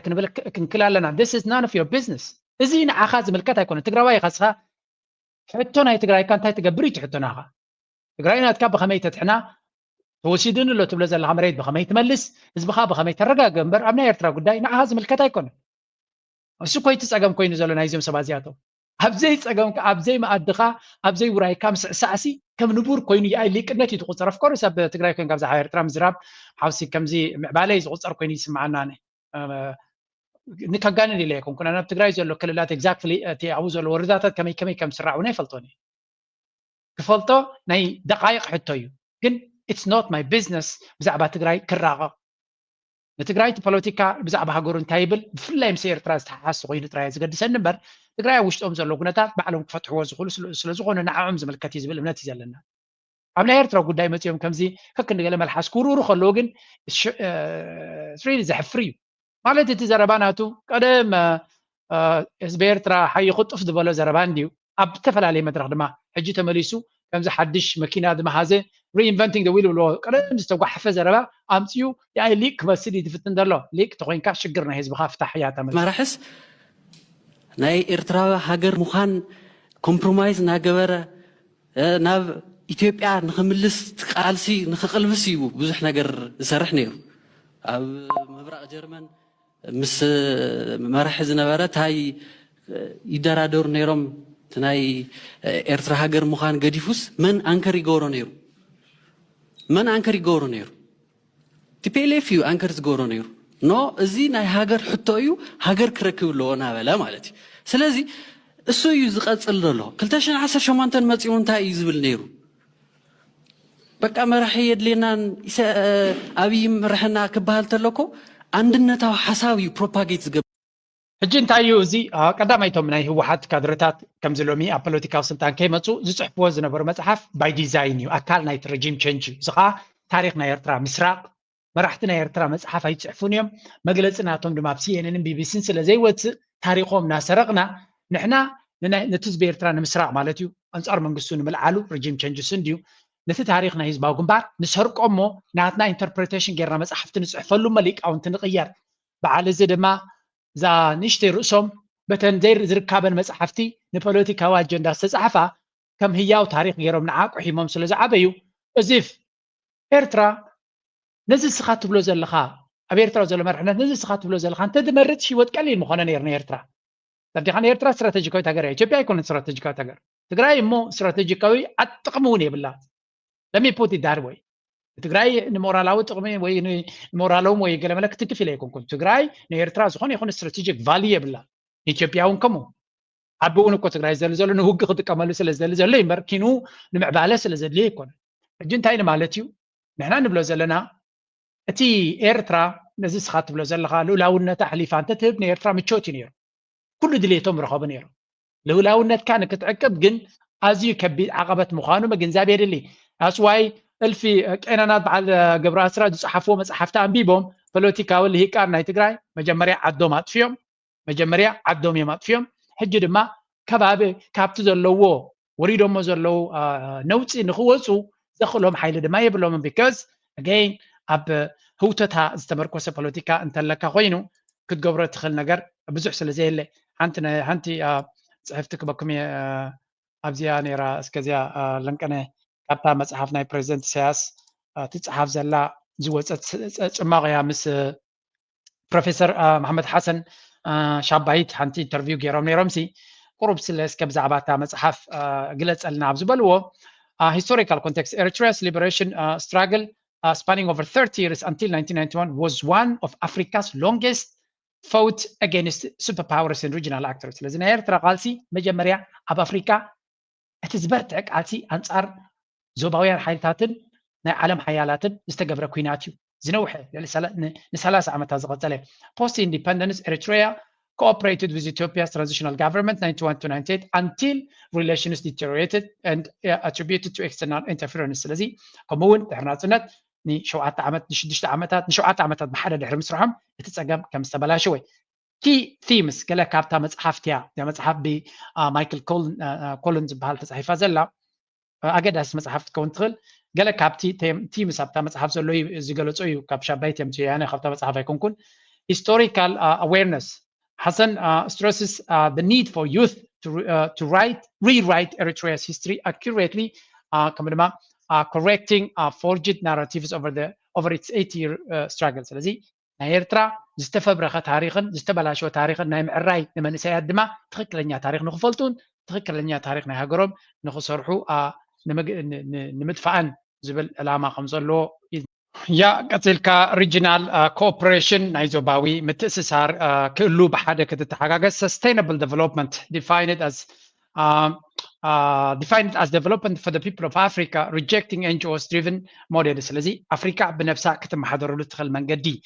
ንኽትፍጠር ኣብዚ ሓንቲ ፅብቕቲ ዝነበረት ታይልሎ ፕሬዚደንት ኢሳያስ ኣፈወርቂስ ቪዥን ራእይ ናቱ እንታይ እያ ትብል ዝብሎ ዘሎ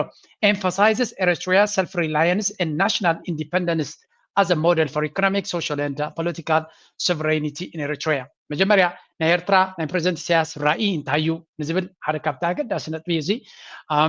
ናይ ኤርትራ ነፍሰ ምርኮሳ ዘለዋ ናሽናል ኢንዲፐንደንስ ነፍሰ ምርኮሳ ነብስኻ ክኢልካ ሃገራዊ ናፅነትን ልኡላውነትን ዘለዎ ሓደ ናይ ቁጠባን ማሕበራዊ ፍትሒ ዘለዎ ፖለቲካዊ ልኡላውነት ዘለዎ ኣገባብ ናይ ምዕባል ኣብ ኣፍሪካ ንምምፃእ ከምኡ ድማ challenges external hegemonic influences that use divide and rule tactics to hinder regional cooperation. ከምኡ ድማ ነቲ ብናይ ደገ ሓይልታት መቃቂልካ ግዛእ ዝብል ፅልዋ ብደገ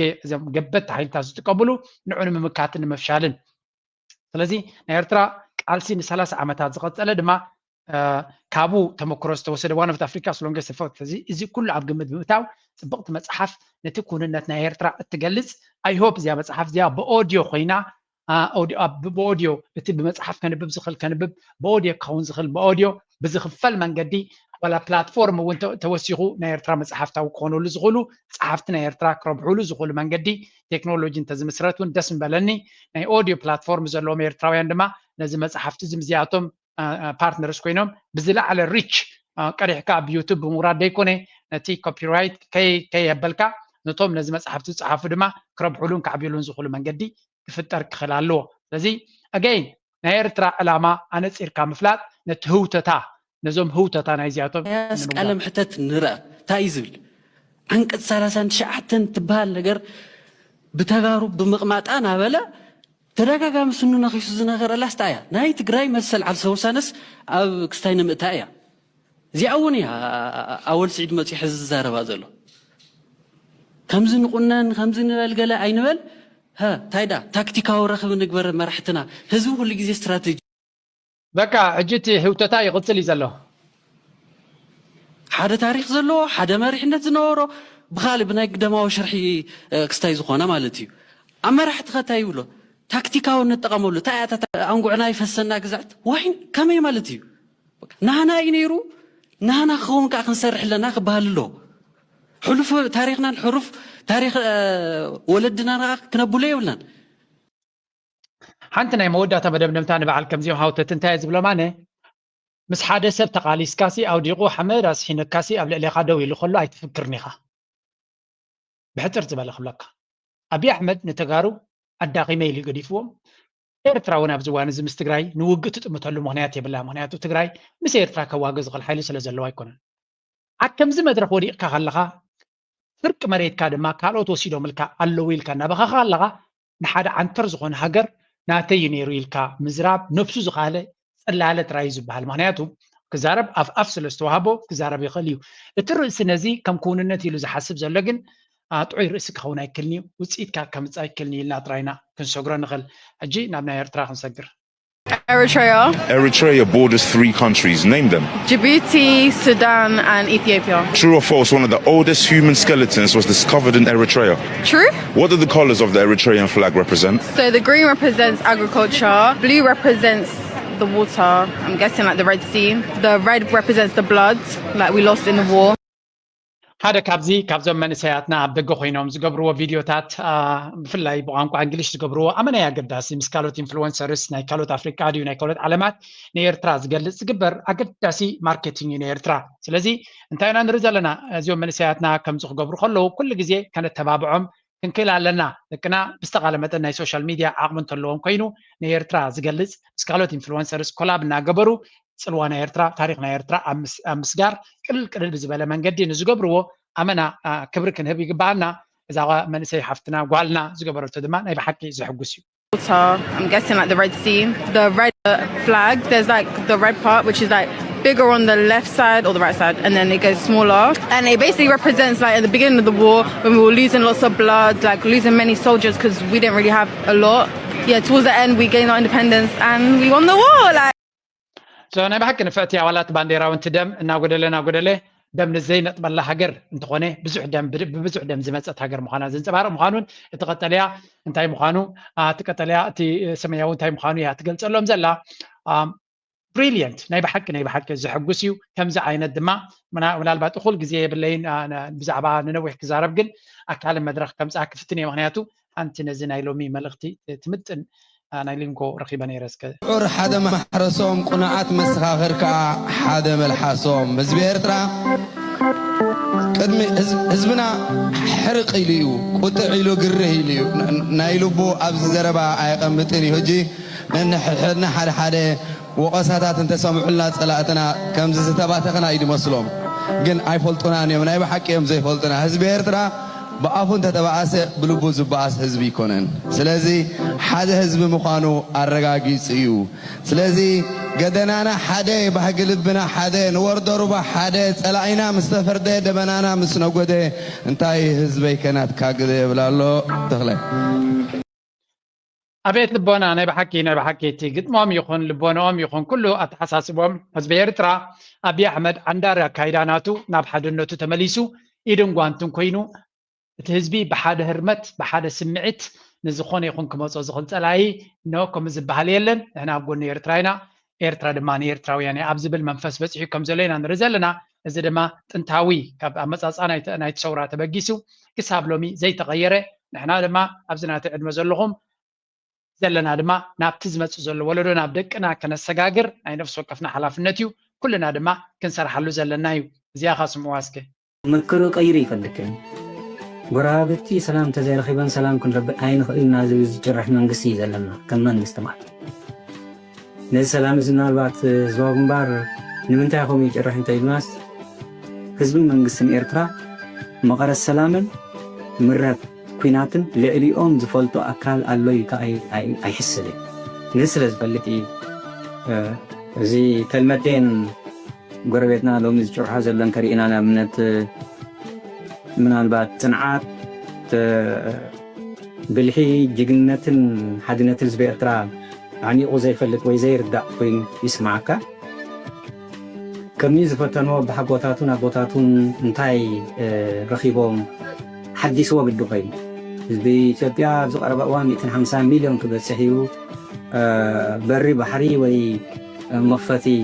ኣፍ ደገ ባሕሪ ተዘይረኺቡ ክፍንጀር እዩ ክትኮስ እዩ ይፈንጀር 150 ሚልዮን በሊፎ ናብ 150 ቢልዮን ዘይበፅሕ እንታይ ኣነ 100 ሚልዮን ድሕር በፅሕ ህዝቢ ኤርትራ ንኣዲስ ኣበባ ከይዱ ድኽወር ሕጊ የለን በቃ ከምዝማእካ ትጋልገሉ ዓለም እዩ ኤግዛክትሊ ፍንጀር ኢሉ ደፈራርህ ተኮይኑ ባግበል ምባል እዚያ ከም መርገፅ ኣብ ኤርትራ ብመንግስቲ ደረጃ እውን ክትብፃሕ ተስፋ ንገብር ኢትዮጵያ ዝበሃል ተደበቲኑ ንዓና ብፍሉይ ዝጎድኣና ፀገም የብልናን ኤርትራ ኢትዮጵያ ትፈንጀር ኣይትፈንጀር ንምፍንጃራ ከይንሰርሕ ንኽእል ኢና ከም ፖሊሲ ደረጃ ክሳብ ናብ ልኡላውነትና ዝመፁ ሕጂ እኳ ብዛዕባ ልኡላውነትና ስለ ዛረቡ ዘለው ኪንዋ ሓሊፉ ግን ኢትዮጵያ ንኸይትብተን ዝብል ፖለቲካ ናይ መወዳእታ መኸተምታ ክግበረሉ ተስፋ ይገብር ከም ጆርጅ ኣነ ተስፋ ይገብር ምክንያቱ ኢትዮጵያ ትብተን ዲ ኣይትብተንን it should never be our business ኤርትራ ቢዝነስ ናታ ኣይኮነን ምክንያቱ ተበቲና ተጠሚራ ንዓና ሓደጋ ዝኾነት ሃገር እያ ንሓግዞም ነጥሕኖም ብዘይገድስ ወላ ካብ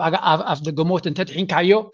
በተን ንስኻ ዝቐበልካዮ ማይሰትዩ ንዓታተን ኣብ ገፅካ ጥፍ ክብለልካ ዝኽእል መርሕነት ኣባራት ኪሎ ከም ዘሎ ምግንዛብ የድሊ ስለዚ ኢትዮጵያ እንተተበቲና ሓንቲ ሃገር እያ ኤርትራ ካልኦት መዓት ጎረባብቲ ኣለዋ ንኩሉ ይትፀገም ንዓና ጥራይ ኣይኮነን ንሕና ግዳ ብዘይክኦም ልዕሊ 10 ዓመት ከይድና ኣለና 15 ዓመት ብዘይ ዝኾነ ይኹን ርክብ መንግስቲ ኤርትራ ምስ መንግስቲ ኢትዮጵያ ቀፂሉ ኣሎ ስለዚ ኤርትራ ካብ ኢትዮጵያ ትደልዮ ነገር የለን ኩሉ ነገር ባዕላ ክትገብር ትኽእል እያ መፃኢያ ድማ ብኢዳ እዩ ስለዚ ናይ ኢትዮጵያ ሕልሚ ይኹን ኢትዮጵያ የስ ከም ጎረባብትካ ሰናይ ክህልዎም እዚ ሕጂ ንገብሮ ዘለና ፅምዶ ገለመለ ብዛይ ተተሓዝዎ ሕጂ ንገብሮ ዘለና ፅምዶ ንሕና እንተደይ ጌርናዮ ኣብይ ኣሕመድ ዝበለፀ ዕድል ረኺቡ ንዓና ንምድምሳስ ንዓና ንምድኻም ወይ እውን ኣብ ልዕለና ሓደጋ ንምውራድ ክጥቀመሉ ስለ ዝኽእል ክንጓየ ኣለና ፊኑ ዝሰገረ ግን ኢትዮጵያ ሃያል ሃገር ንክትከውን ወይ ሓድነታ ንክህልዋ ንዓና ዘገድስ ነገር ክኸውን ኣይክእልን እዩ በዚኣ ገይረ ክዛዝማ ይደሊ ታንኪዩ እቲ ከምዚ ዓይነት መልእኽቲ ካብ ኤርትራ ይመፅእ ምህላው እውን ናይ ብሓቂ ዝሕጉስ እዩ እናበልኩ ናይ ሎማ ርእሲ ኣብዚ ክውድየ ኣብ ካልእ ስራሕ ክሳብ ንረኸብ ድሓን ኩኑ ፕሊዝ ላይክ ግበሩ ሰፖርት ግበሩ ነዚ ኩሉ ድኻምና ድማ ሓግዙ ነቶም ካልኦት ኣብ ኤሪትሪያ ሚድያ ኔትወርክ ዝገብርዎ ዘለውን ካብ ካልእ ሚድያታት ናይ ሃገራውያን እውን ደግፉ እናበልኩ ምዝያ ጥዕምቲ ሜሎዲ ክገድፈኩም ታንኪዩ ክብል ክጎይ ጦርናይ ፅዕነተይ ከይፈስስ ዝኸዓኽዎ መሊሰ ከይተደቢረ ከይሓፍስ ቀዳማይ ጉዕዞ ዘፅፍፈ መዓስ ንድሕሪት ይምለስ ዓቕሉ ምስ ሓይሉ ዘክር ዘይመሊስ እዩ ዘይሕደስ ይብል ኣለሞ ዝገመል ብዘገምታይ ዝግስግስ ቀልቢ ክነብሕ ንቦርዩ ቀሰም ብደልዩ ከዳሕልል ኣለኻ ደሞ ገመላይ ጉዕዞ ምረሻ ትቕፅል ኣይትሞተኒ ምስኻ መፅዓልኒ ምስኻ ኣይትሞተኒ ምስኻ መፅዓልኒ ምስኻ